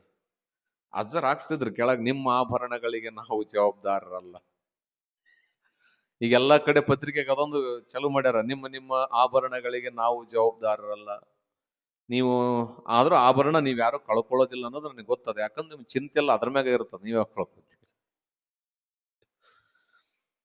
ಶೆಟ್ಟಿ ಮನೆತನದವರು ಬಂದ್ರು, ಗುರುಗಳು ಕುಂತಿದ್ರು, ಹಾಡು ಮುಗಿತು, ನಮಸ್ಕಾರ ಮಾಡಿದ್ರು. ಒಂದಿಷ್ಟು ಜನ, ಒಂದು 100 ಜನ ಕುಂತಿದ್ರು. ಹಾಲ್ವಿ ಸುತ್ತಮುತ್ತಲಿನ ಭಕ್ತರು. ಯಾವ ಊರು ಅಂದ್ರ ಬುದ್ಧಿ ನಮ್ದು ಹಿಂಗ ಆದ್ವಾನಿ ಅಂತ ಹೇಳಿ ಬೆಳಗಿನ ಜಾವ ಬಂದಿದ್ದೇವೆ. ಗುರುಗಳು ಗದ್ದಿಗೆ, ಮಹಂತ ಶಿವಯೋಗಿಗಳು ಗದ್ದಿಗೆ ಅಭಿಷೇಕ ಮಾಡಿಸಿದ್ವಿ. ಈಗ ತಮ್ಮ ಪಾದಕ್ಕೆ ನಮಸ್ಕಾರ ಮಾಡಿದ್ದೀವಿ. ನಮಗೇನು ಅಂತಂದ್ರ ಎಲ್ಲ ಕೊಟ್ಟಾನ ಭಗವಂತ. ಮದುವೆಯಾಗಿ ಬಹಳ ವರ್ಷ ಆಯ್ತು, ಮಕ್ಕಳಾಗಿಲ್ಲ. ಒಂದು ವಿಶೇಷ ಏನಂದ್ರ, ತಾತ್ನವ್ರ ಪಾದಕ್ಕೆ ನಮಸ್ಕಾರ ಮಾಡಿದ್ರು. ರುದ್ರಮುನಿ ತಾತ್ನವ್ರು ಏನಂತಂದ್ರ, ಬಂಗಾರದಂತ ಪರಮಾತ್ಮನಂತ ಒಳ್ಳೆ ಸದ್ಗುಣ ಸುಪುತ್ರ ನಿನ್ನ ಗರ್ಭದೊಳಗ ಜನ್ಮ ತಾಳಲಿ ಅಂತ ಆಶೀರ್ವಾದವನ್ನ ಮಾಡ್ತಾರೆ ರುದ್ರಮುನಿ ಶಿವಯೋಗಿಗಳು. ಮತ್ತ ನಾ ಈಗ ಇಬ್ರು ಕುಂತಾರ ಅಜ್ಜವ್ರು, ಒಬ್ರಿಗೆ ನಮಸ್ಕಾರ ಮಾಡಿದ್ಮೇಲೆ ಪಕ್ಕದಾಗ ಅದಾರ ಅಂದ್ಮೇಲೆ ಮತ್ತೆ ಅವ್ರಿಗೆ ಮಾಡ್ತೀವಲ್ಲ. ಹಂಗ ಅವ್ರೇನ್ ಮಾಡಿದ್ರು ಅಂದ್ರ, ರುದ್ರಮುನಿ ತಾತ್ನವರಿಗೆ ನಮಸ್ಕಾರ ಮಾಡಿದ ಮೇಲೆ ಬಳಗಾನೂರಿನ ಮರುಶಿವಯೋಗಿಗಳಿಗೆ ನಮಸ್ಕಾರ ಮಾಡಿದ್ರು. ಬಳಗಾನೂರಿನ ಮರುಶಿವಯೋಗಿಗಳಂತಾರ, ಶಾಂಭವಿ ಸ್ವರೂಪಿಣಿಯಂತಹ ಜ್ಞಾನವುಳ್ಳ ಒಂದು ಬಹಳ ಚಿಚ್ಚಕ್ತಿ ಒಂದು ಹೆಣ್ಣು ನಿನ್ನ ಗರ್ಭದೊಳಗ ಜನ್ಮ ತಾಳ್ಲಿ ಅಂತ ಆಶೀರ್ವಾದ ಮಾಡಿದರು. ಇವರಿಬ್ಬರಿಗೆಲ್ಲ ಗೊತ್ತೈತೆ. ಮುಂದ್ ಕುಂತವ್ರಿಗೆ 100 ಜನ ಕುಂತಾರಲ್ಲ, ಅವ್ರಂದ್ರು ರುದ್ರಮುನಿ ತಾತ ಗಂಡಾಗ್ಲಿ ಅಂದಾನ, ಬಳಗನೂರ್ ಮರಿತಾತ ಹೆಣ್ಣಾಗ್ಲಿ ಅಂದ. ಅವ್ರಿಗೆ ಚಿಂತೆ ಇತ್ತು, ಇದ್ರಾಗ ಯಾವ್ದು ಗ್ಯಾರಂಟಿ? ಚೆಕ್ ಮಾಡೋರು ಬಹಳ ಜನ ಇರ್ತದ. ಇದ್ರಾಗ ಸತ್ಯ ಯಾರದು, ಸುಳ್ಳು ಯಾರದು? ಕುಂತಲ್ಲೇ ಪ್ರಾರಂಭ ಆತಿದು. ಎಲ್ಲ ಸದ್ಭಕ್ತರಂದ್ರ, ನೋಡವ, ಗಂಡರ ಆಗ್ಲಿ ಹೆಣ್ಣರ ಆಗ್ಲಿ ರುದ್ರಮುನಿ ತಾತ ಹೇಳ್ಯಾನಂದ ಮೇಲೆ ಆತದ. ಆದ್ಮೇಲೆ ನೀ ಆ ಮಗುವನ್ನ ಈ ಮಠಕ್ಕೆ ಕರ್ಕೊಂಡು ಬರ್ಬೇಕು. ಯಾಕಂದ್ರೆ ನಮಗೆ ತಿಳಿಬೇಕು ಯಾವ್ದಾಗೈತೆ ಅಂತ ಹೇಳಿ. ರುದ್ರಮುನಿ ತಾತನವರ ಮಾತು ಸತ್ಯ ಆಗ್ತದೋ ಏನು, ಬಳಗಾನೂರಿನ ಮರುಶಿವಯೋಗಿಗಳ ಸ್ವಾಮಿಗಳವರ ಮಾತು ಸತ್ಯ ಆಗ್ತದೋ, ಇದ್ರೊಳಗ ಯಾವ ಮಾತು ತಾಕತ್ತಿನಿಂದ ತುಂಬಿದೆ ಅನ್ನೋದನ್ನು ನೋಡ್ಬೇಕು ಅಂತ ವಿಚಾರ ಮಾಡಿದ್ರು. ಪರಶಿವನ ಉಭಯ ಮಹಾಗುರುಗಳ ಅಪ್ಪಣೆಯ ಪ್ರಕಾರ ಆ ತಾಯಿಗೆ ಗರ್ಭ ಲಕ್ಷಣಗಳು ಕಾಣಿಸಿಕೊಂಡವು. ತಿಂಗಳು, 2 ತಿಂಗಳು, 3 ತಿಂಗಳು, 4 ತಿಂಗಳು, 5 ತಿಂಗಳು, 8, 9 ನೋಡ್ರಿ ಎಷ್ಟು ಚಂದಲ್ಲ. 9 ತಿಂಗಳುಗಳ ಕಾಲ ನಾವು ತಾಯಿಯ ಗರ್ಭದೊಳಗಿರ್ತೇವೆ. 9 ತಿಂಗಳು ಕಳಿತು ಕಳೆದ ಮೇಲೆ ಅದರ ಅಪೇಕ್ಷೆಯೊಳಗನೆ ಒಂದಿಷ್ಟು ಜನ ಭಕ್ತರಿದ್ರು. ಒಂದು ತಿಂಗಳು ಬಿಟ್ಟ ನಂತರ ಆ ದಂಪತಿಗಳು ಎಲ್ಲಿಗೆ ಬಂದ್ರು ಅಂತಂದ್ರೆ ಹಾಲ್ವಿ ಮಠಕ್ಕೆ ಬಂದ್ರು. ಹೇಳಿದ್ರಲ್ಲ, ಒಂದೂವರೆ ತಿಂಗಳು ಬಿಟ್ಟು ಹಾಲ್ವಿ ಮಠಕ್ಕೆ ಬಂದ್ರು. ಅವರು ಬರೋದನ್ನು ನೋಡಿ ಎಲ್ಲ ಭಕ್ತರು ಓಡಿ ಕೇಳ್ತಾರ, ಯಾವ ಹೆಣ್ಣಾತ್ಯೋ ಗಂಡಾತ್ಯೋ, ಹೆಣ್ಣಾತ್ಯೋ ಗಂಡಾಗೈತೋ. ಅವಾಗ ಆ ತಾಯಿ ಹೇಳಿದ್ಲಿ, ಯಪ್ಪ ಹೆಣ್ಣಾಯ್ತೋ ಗಂಡಾಯ್ತೋ ಅಲ್ಲ, ಇಲ್ಲಿ ರುದ್ರಮುನಿ ತಾತನೂ ಸುಳ್ಳಲ್ಲ, ಬಳಗಾನೂರು ಮರಿಶಿವಯೋಗಿಗಳು ಸುಳ್ಳಲ್ಲ. ಅವರಿಬ್ಬರ ಆಶೀರ್ವಾದದ ಫಲ ಬಂಜೆಯಾಗಿರುವ ನನ್ನ ಮಡಿಲು ಇಬ್ಬರಿಗೂ ಜನ್ಮವನ್ನು ಕೊಡ್ತು, ಒಂದು ಗಂಡು ಇನ್ನೊಂದು ಹೆಣ್ಣು, ಅವಳಿ ಜವಳಿ ಆಗ್ಯವಂತ ಹೇಳಿ ಮಹಂತ ಶಿವಯೋಗಿಗಳ ರುದ್ರಮುನಿ ತಾತನವರ ಚರಣಕ್ಕೆ ನಮಸ್ಕಾರ ಮಾಡಿಸಿ ಅವರನ್ನ ಪ್ರೀತಿಯೊಂದಿಗೆ ಆಶೀರ್ವಾದ ಮಾಡಿಸಿ ಕರ್ಕೊಂಡು ಬರ್ತಾರೆ. ಅವಾಗ ರುದ್ರಮುನಿ ಶಿವಯೋಗಿಗಳಂತಾರ, ಹರನಲ್ಲಿ ಭೇದ ಕಂಡ್ರು ಗುರುವಿನಲ್ಲಿ ಭೇದವನ್ನ ಯಾವತ್ತೂ ಎಣಿಸಬಾರದು. ಅದಕ್ಕೆ ಹೇಳ್ಯಾರಲ್ಲ, ಗುರು ಸ್ಮರಣ ಮಾಡಬೇಕೆ ಹೊರತು ಗುರುವನ್ನ ಹರಣ ಮಾಡತಕ್ಕಂಥ ಕೆಲಸವನ್ನ ನಾವ್ಯಾವತ್ತೂ ಕೂಡ ಮಾಡಬಾರದು ಅಂತ ಹೇಳಿದ ಮಹಂತ ಅಂದ್ರ ಅದು ರುದ್ರಮುನಿ. ಅಷ್ಟ ಸಮರ್ಥರವರು ರುದ್ರಮುನಿ ಶಿವಯೋಗಿ. ಅವರು ಸುಮ್ಮನೆ ಹಿಂಗ ಆಡಿದ ಮಾತನ್ನ ಆಡಿ ಮರೆತರೂ ಕೂಡ ಆಡಿರುವ ಮಾತನ್ನು ನೆನಪಿಟ್ಟುಕೊಂಡು ಭಗವಂತ ಅದರ ಕಾರ್ಯವನ್ನ ಈ ಜಗತ್ತಿನೊಳಗ ಮಾಡಿಸ್ತಾನೆ. ಯಾಕೆ ಅಂದ್ರೆ ಗುರುವಾಣಿಯೊಳಗ ಅಷ್ಟು ತಾಕತ್ತದ, ಗುರುವಿನ ಚರಣದೊಳಗೂ ಕೂಡ ಅಷ್ಟು ತಾಕತ್ತಿರೋದಕ್ಕೆ ಸಾಧ್ಯ. ಅಂಥ ಶಿವಯೋಗಿ ನಾಡಿನೆಲ್ಲಡೆಯೂ ಕೂಡ ಬೆಳಗುತ್ತಾರೆ. ಆದವಾನಿ ನಗರದಿಂದ ಸಾವಿರ ಜನ, ಯಾರೋ ಒಬ್ಬ ತಾಯಿ ಮಕ್ಕಳಿಲ್ಲ ಅಂತ ಬಂದ್ರೆ ಮಕ್ಕಳನ್ನ ಕರುಣಿಸಿದ್ರು. ಬಡವರಿಗೆ ಶ್ರೀಮಂತಿಕೆಯನ್ನ, ನೊಂದವರಿಗೆ ಬದುಕನ್ನ, ಬಿದ್ದವರಿಗೆ ಜ್ಞಾನವನ್ನ, ಬೇಡಿದವರಿಗೆ ಬೇಡಿದ್ದನ್ನು ಕೊಡುವ ಕರುಣಾಮೂರ್ತಿ ರುದ್ರಮುನಿ ತಾತ್ನವರಾದ್ರು. ಬರಗಾಲ ಮುಗಿತು, ಎಲ್ಲ ಜನಗಳು ತಮ್ಮ ತಮ್ಮ ಮನೆಯನ್ನು ಸೇರ್ತಾರೆ. ಎಲ್ಲ ಜನಗಳಿಗೇನು ಅವರ ಮೇಲೆ ಪ್ರೇಮ ಅಂತಂದ್ರ, ನಮಗ ಹೊಟ್ಟೆಗೆ ಇರದೇ ಇರೋ ಸಮಯದೊಳಗ ರುದ್ರಮುನಿ ತಾತ ನಮಗ ಅನ್ನ ಹಾಕಿ ತಾಯಿಯ ರೂಪದೊಳಗ ಸಲುಹಿದಾನೆ ಅಂತಂದ್ರ ಅವರು ಒಂದು ವಿಚಾರ ಮಾಡಿಕೊಂಡ್ರು, ಕೇವಲ ನಮ್ಮ ಬದುಕಷ್ಟೇ ನಮ್ಮ ಬದುಕಲ್ಲ, ನಮ್ಮ ಮನೆಯಷ್ಟೇ ನಮ್ಮ ಮನೆಯಲ್ಲ, ರುದ್ರಮುನಿ ಮಹಂತ ಶಿವಯೋಗಿಗಳ ಮಠ ಅದು ನಮ್ಮ ಮಠ ಅನ್ನುವ ಪ್ರೇಮ ಎಲ್ಲರ ಭಕ್ತರ ಹೃದಯದೊಳಗೆ ಹುಟ್ಟುಕೊಂಡ್ಬಿಡುತ್ತೆ. ಹೆಂಗಾಯ್ತು ಅಂದ್ರ, ಒಂದು ಕಣ್ಣು ಮನೆ ಆದ್ರೆ ಇನ್ನೊಂದು ಕಣ್ಣು ಮಠವಾಯಿತು ಆ ಭಕ್ತರಿಗೆ. ಬೆಳಕ್ ಹರದ್ರ ಹೊಟ್ಟೆ ಹುಟ್ಟಿದ ಮಗನಿಗೆ ಒಂದು ತುತ್ತು ಅನ್ನ ತಿನ್ನಿಸಿದ ಮೇಲೆ ಇನ್ನು ಒಬ್ಬ ಮಗ ಅಂದ್ರ ಅದು ರುದ್ರಮುನಿ ತಾತ ಅಂತ ಪ್ರತಿಯೊಬ್ಬ ತಾಯಿಯ ಹೃದಯದೊಳಗೂ ಹುಟ್ಟುಕೊಂಡು ಬಿಡುತ್ತು. ಅಷ್ಟು ಪ್ರೇಮವನ್ನ ಸಂಪಾದನೆ ಮಾಡಿದರು. ಎಲ್ಲ ಯಾವ ಭಾಗದೊಳಗೋದ್ರು. ತಾಯಿ ಇದೇ ಬೊಮ್ಮಳಿ ಹೊಸೂರೊಳಗ ಶಿವಾನುಭವ ಮಾಡೋ ಕಾಲಕ್ಕೆ ಮಡಿವಾಳರ ಬಟ್ಟೆ ಒಗಿತಕ್ಕಂಥವನ ಮಗ ಪ್ರಾಣ ಬಿಡ್ತಾನ, ಸತ್ತು ಹೋಗ್ತದ, ಒಂದೇ ಕೂಸದು. ಯಾರೋ ಹೇಳ್ತಾರ, ಮತ್ತು ಗುರುಗಳು ಬಂದಾರ ಅಂತಂದ ಮೇಲೆ ಅಲ್ಲಿ ಶುಭವೇ ಇರಬೇಕೆ ಹೊರತು ಅಶುಭ ಆಗಬಾರದು ಅಂದಾಗ ರುದ್ರಮುನಿ ತಾತನವರು ಚರಣದ ಮೇಲೆ ತಂದ ಆ ಕೂಸನ್ನ ಹಾಕ್ತಾರೆ ಮಡಿವಾಳರವರು.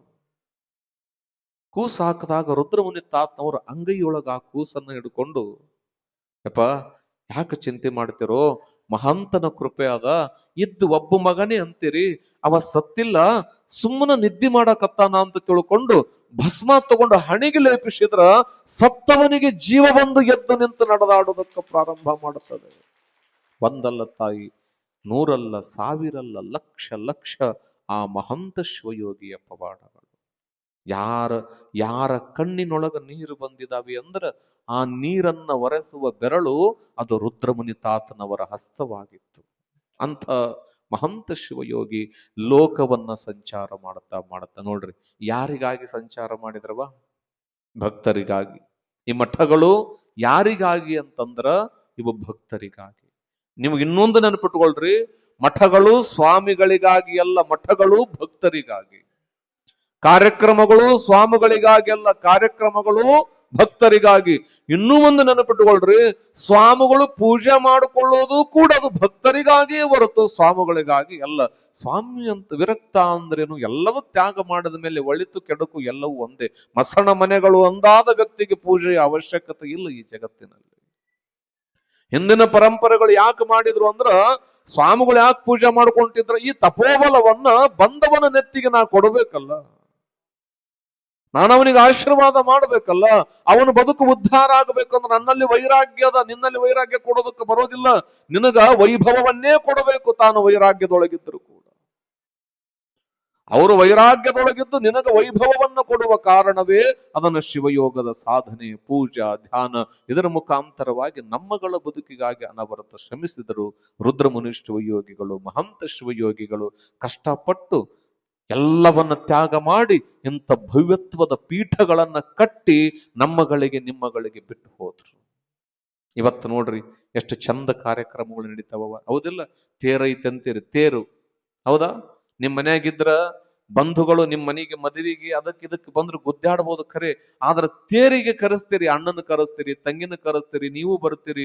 ನಿಮ್ಮೂರೊಳಗೊಂದು ಮಠ ಅದ. ಗುರುಗಳು ಮೊನ್ನೆ ಒಂದು ಮಾತು ಹೇಳಿದ್ರು, ಮಠ ಯಾವ ಊರಾಗದಲ್ಲ ಅದ್ರ ಬೆಲೆ ಗೊತ್ತಾಗೋದಿಲ್ಲ, ಇಲ್ದೇ ಇರೋರು ಊರಾಗ ಹೋಗಿ ಕೇಳ್ರಿ, ಅದ್ರ ಬೆಲೆ ತಿಳಿತದ. ಯಾಕೆ ಅಂದ್ರ ಮಠ ಇದ್ದ ಜಾಗ ಅದು ಸುಕ್ಷೇತ್ರ. ಮಠ ಇದ್ದ ಜಾಗ ಏನವದು? ಸುಕ್ಷೇತ್ರ. ನಾಳೆ 9ನೇ ತಾರೀಕು ಎಷ್ಟು, ಹೌದಾ ಅಲ್ಲೋ?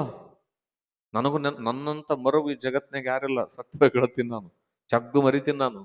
ನನಗೆ ಪುರಾಣ ಒಂದೇ ನೆನಪಿರೋದು, ಉಳಿದದ್ದು ಏನು ನೆನಪಿರಂಗಿಲ್ಲ. ನನ್ನ ಮೊಬೈಲಿಂದೇ ಅದೇನಂತಾರಲ್ಲ, ಯಾಕೆ ಕೋಡ್ ಏನಂತಾರಲ್ಲ, ಲಾಕಿಂದ ನಾನು ಗಾಡಿ ಮ್ಯಾಗ 20 ಕಡೆ ಬರ್ದೀನಿ, ನಾನು ಮರ್ತು ಬಿಡ್ತೀನಿ. ಒಂದೊಂದ್ ಟೈಮ್ ನಾನು ಇರೋದೇ ಮರ್ತು ಬಿಡ್ತೀನಿ ಜಗತ್ನ್ಯಾಗ.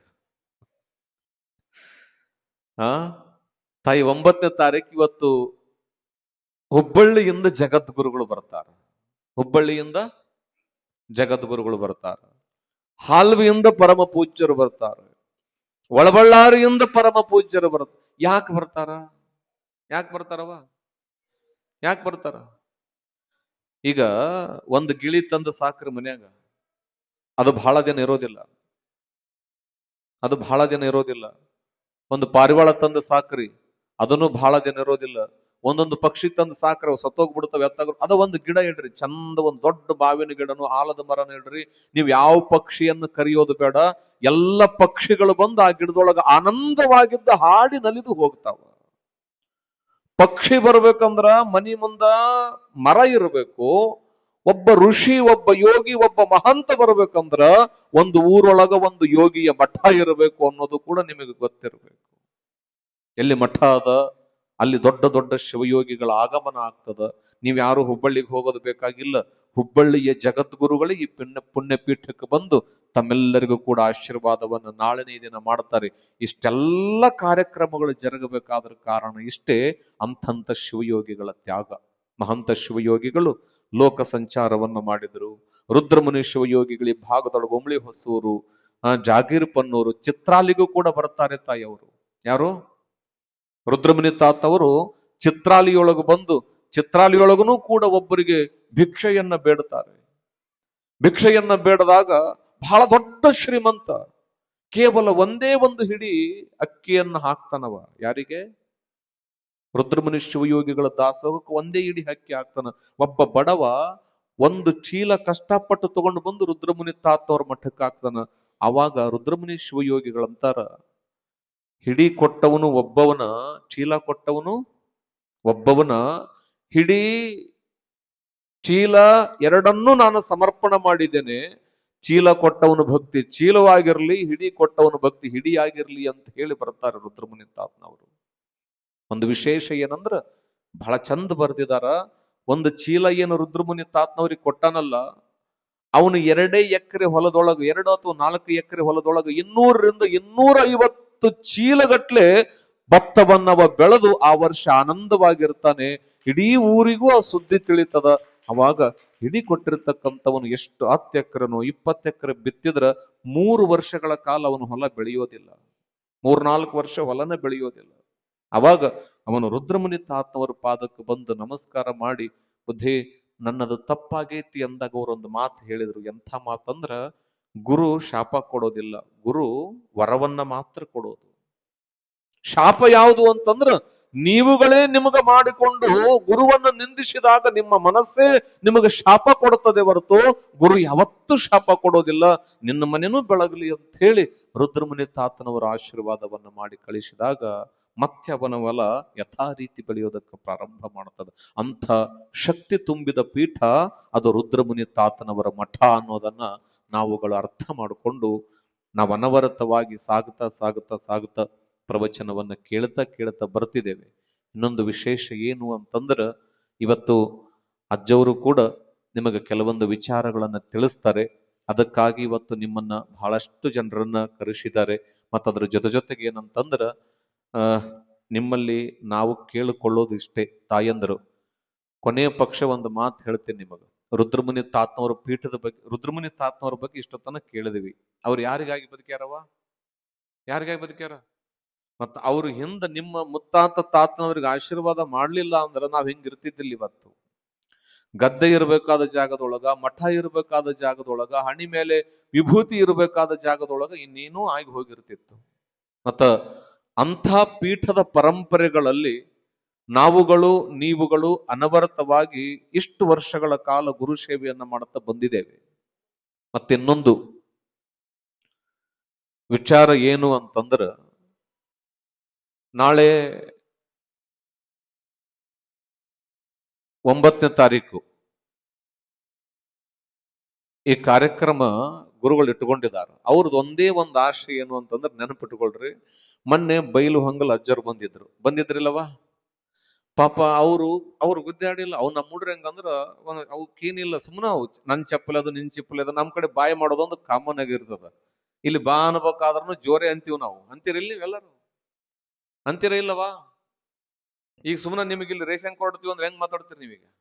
ಒಬ್ಬರಿಗೆ ಹೆಚ್ಚು ಕೊಟ್ಟರು ಒಬ್ಬ ಕಡಿಮೆ ಕೊಟ್ಟರು ಜಗಳ ತೆಗಿತೀರಿಲ್ಲ? ಅದಕ್ಕೆ ಹೇಳೋದು, ಅತ್ಯಂತ ಸೂಕ್ಷ್ಮತೆಯಿಂದ ನಾಳನೆಯ ದಿನ ಬೆಳಗಿನ ಜಾವ ಗುರುಗಳು ಮಧ್ಯಾಹ್ನದ ಜಾವ 1-1:30ಗೆಲ್ಲ ಗುರುಗಳು ಬರ್ತಾರೆ. ಯಾರು? ಹುಬ್ಬಳ್ಳಿಯ ಜಗದ್ಗುರುಗಳು ಬರ್ಬೇಕಾದ್ರೆ ಅವರನ್ನು ಎಲ್ಲಿಂದ ಸ್ವಾಗತ ಮಾಡ್ಬೇಕಂತ ಹೇಳ್ಯಾರ ಗುರುಗಳು ನಿನ್ನೆ. ಎಲ್ಲಿಂದವಾ? ಪ್ರೈಮರಿ ಸ್ಕೂಲಿಂದ ಶ್ರೀಮಠಕ್ಕ. ನೀವೇನಿದ್ದೀರಿ ತಾಯಿ, ಚಿಕ್ಕಲ ಪರಿವಿಯೊಳಗಿರ್ತಕ್ಕಂಥ ಪ್ರತಿಯೊಬ್ಬ ತಾಯಂದ್ರು ಮತ್ತು ಬೇರೆ ಊರಿನವರು ಬರಬಾರ್ದು ಅಂತೇನಿಲ್ಲ, ಎಲ್ಲರೂ ಕೂಡ ಬರಬಹುದು. ಎಲ್ಲ ತಾಯಂದ್ರು ಬಂದು ಅತ್ಯಂತ ವೈಭವದಿಂದ ಗುರುಗಳನ್ನ ಸ್ವಾಗತ ಮಾಡಿಕೊಂಡು ಶ್ರೀಪೀಠದ ಕಡೆ ಬರೋದು. ಇನ್ನೂ ಒಂದು ಕೆಲಸ ಮಾಡ್ರಿ, ನಾಳೆಗೆ ಹೋಳಿಗೆ ಮಾಡೋದೈತಿ. ಏನವಾ? ಏನ್ ನೀವು ಮಾಡ್ತಿರೋ? ನಾವು 4 ಮಂದಿ ಕಾಲಿದೀವಿ, ಹಸರ್ ಇರಲ್ಲ, 3 ಕಾಲಿದೀವಿ. ಹಿಟ್ಟು ಈಗ ಕೊಟ್ಬಿಟ್ರೆ ನಾವು ಹೋಗಿ ಮಾಡ್ಕೊಂಡ್ ಬಂದ್ಬಿಡ್ತೀನಿ ಬೆಳಕಾರೆ. ಅದ್ರಾಗ ನೀವು ಮಾಡ್ತೀರ ಇಲ್ಲ? ಚಪ್ಪಾಳೆ ಹೊಡ್ರಿ ಒಂದಿಟ್ಟು. ಹಿಂದಿರೋರು ಈ ಊರಾಗಿಲ್ಲ ನಾವು, ನೀವು ಬೇರೆ ದೇಶದಾಗ ಕುಂತೀರ ಏನ? ಚಪ್ಪಾಳೆ ಹೊಡ್ರಿ ತಾಯಂದ್ರವ. ನೀವು ಹೋಳಿಗೆ ಮಾಡೋದು ಇರೋದ್ರಿಂದ ಒಂದು ಕೆಲಸ ಮಾಡಿಬಿಡ್ರಿ, ಮಧ್ಯಾಹ್ನ 1 ಗಂಟೆ ಅನ್ನೋದ್ರಾಗ ಎಲ್ಲರೂ ಬಂದ್ಬಿಡ್ರಿ. ಪನ್ನೂರವರಾಗ್ಲ, ನನಗೊಂದು ಗೊತ್ತಿದ್ದ ಊರು ಮತ್ತೆ ಈ ಊರಳಿಲ್ಲ ಅಂತ ಸಿಟ್ಟಾಗ್ಬಿಟ್ರೆ ಹಂಗ. ನನಗೆ ಊರ ಹೆಸರು ಗೊತ್ತಿಲ್ಲ, ಇರೋದನ್ನು ಹೇಳ್ತೇನೆ. ಆಮೇಲೆ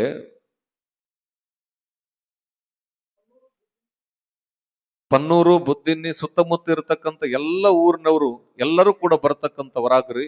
ಅದರ ಜೊತೆಗೆ ಇನ್ನೊಂದೇನಂದ್ರೆ, ಹೋಳಿಗೆ ಮಾಡೋದೈತಲ್ಲ, ಸೀದಾ ಗುರುಗಳನ್ನ ಕರ್ಕೊಂಡು ಬಂದು ಶ್ರೀಮಠದೊಳಗೆ ಬಿಟ್ಟು ನೀವಿಂದ ಏನ್ ಮಾಡ್ರಿ, ಹೋಗಿ ಏನ್ ಮಾಡ್ಬೇಕು? ಕಣಕ ಸ್ವಲ್ಪ ಕಡಿಮೆ ಮಾಡ್ರಿ.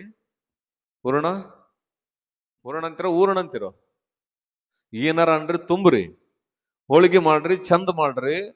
ಇನ್ನೂ ಒಂದೇನಂತಂದ್ರ, ನೀವು ಹೋಳಿಗೆ ಮಾಡಿ ಮುಗಿಸೋದ್ರೊಳಗ 6-6:30 ಆಗಿಬಿಡ್ತತಿ. ಮತ್ತ ಅದನ್ನ ಮುಗಿಸಿ ಚಂದ ಮುಖ ತೊಳ್ಕೊಂಡು ವಿಭೂತಿ ಹಚ್ಕೊಂಡು ಮತ್ತೆ ಎಲ್ಲಿಗೆ ಬರ್ಬೋದವ? ಈ ಕಡೆ ಬಂದು ಕುಂತು ಬಿಟ್ರಿ ಅಂತಂದ್ರ ನೀವು ಒಂದು ದಿನದ ಇಡೀ ಸಂಪೂರ್ಣವಾಗಿರುವ ಸೇವೆಯನ್ನ ಶ್ರೀಮಠಕ್ಕೆ ಸಲ್ಲಿಸಿದ ಪುಣ್ಯ ನಿಮಗೆ ಬರುತ್ತದ. ಮತ್ತು ನಿಮ್ಮೆಲ್ಲರಿಗೂ ಕೂಡ ರುದ್ರಮುನಿ ತಾತನವರು ಆಶೀರ್ವಾದ ಮಾಡ್ತಾರೆ. ಆಮೇಲೆ ಇನ್ನೂ ಒಂದೇನಂದ್ರ, ಗುರುಗಳು ಗೇಟ್ ಹಾಕಿಸ್ತೀನಿ ಅಂತ ಹೇಳಿದ್ರು. ಯಾಕೆ ಹಾಕಿಸ್ತೀರಿ ಅಂತಂದ್ರೆ, ಅದು ಶಿಸ್ತು. ಹೆಂಗ್ ಬೇಕಂಗ ಇವತ್ತು ಬಂದ್ರಲ್ಲ, ಹಂಗ ಪುರಾಣ ನಡೆದಾಗ ಬರೋದು, ಅಜ್ಜವ್ರು ಮಾತಾಡ್ಬೇಕಾದ್ರಾಗ ಬರೋದು, ಮತ್ತ ಬರೇ ಬರೋದಲ್ಲ, ಸುದ್ದಿ ಹೇಳ್ಕೊಂತ ಬರೋದು. ಆ ಕಡೆ ಒಣೆಕಿ ಈ ಕಡೆ ಒಣೆಕಿ ಕಂಡುಬಿಟ್ಲಿ ನಿಮಗೆ ಖುಷಿ ಆಗ್ಬಿಡ್ತದ. ಯಾವಾಗ ಬಂದೇವಿ ಅಂತ ಚಲೋ ಮಾಡಿದ್ರೆ ಮಂಗಲಾಗತನ ಬಿಡಂಗಿಲ್ಲ, ನೀವು ಬಿಡ್ತೀರ.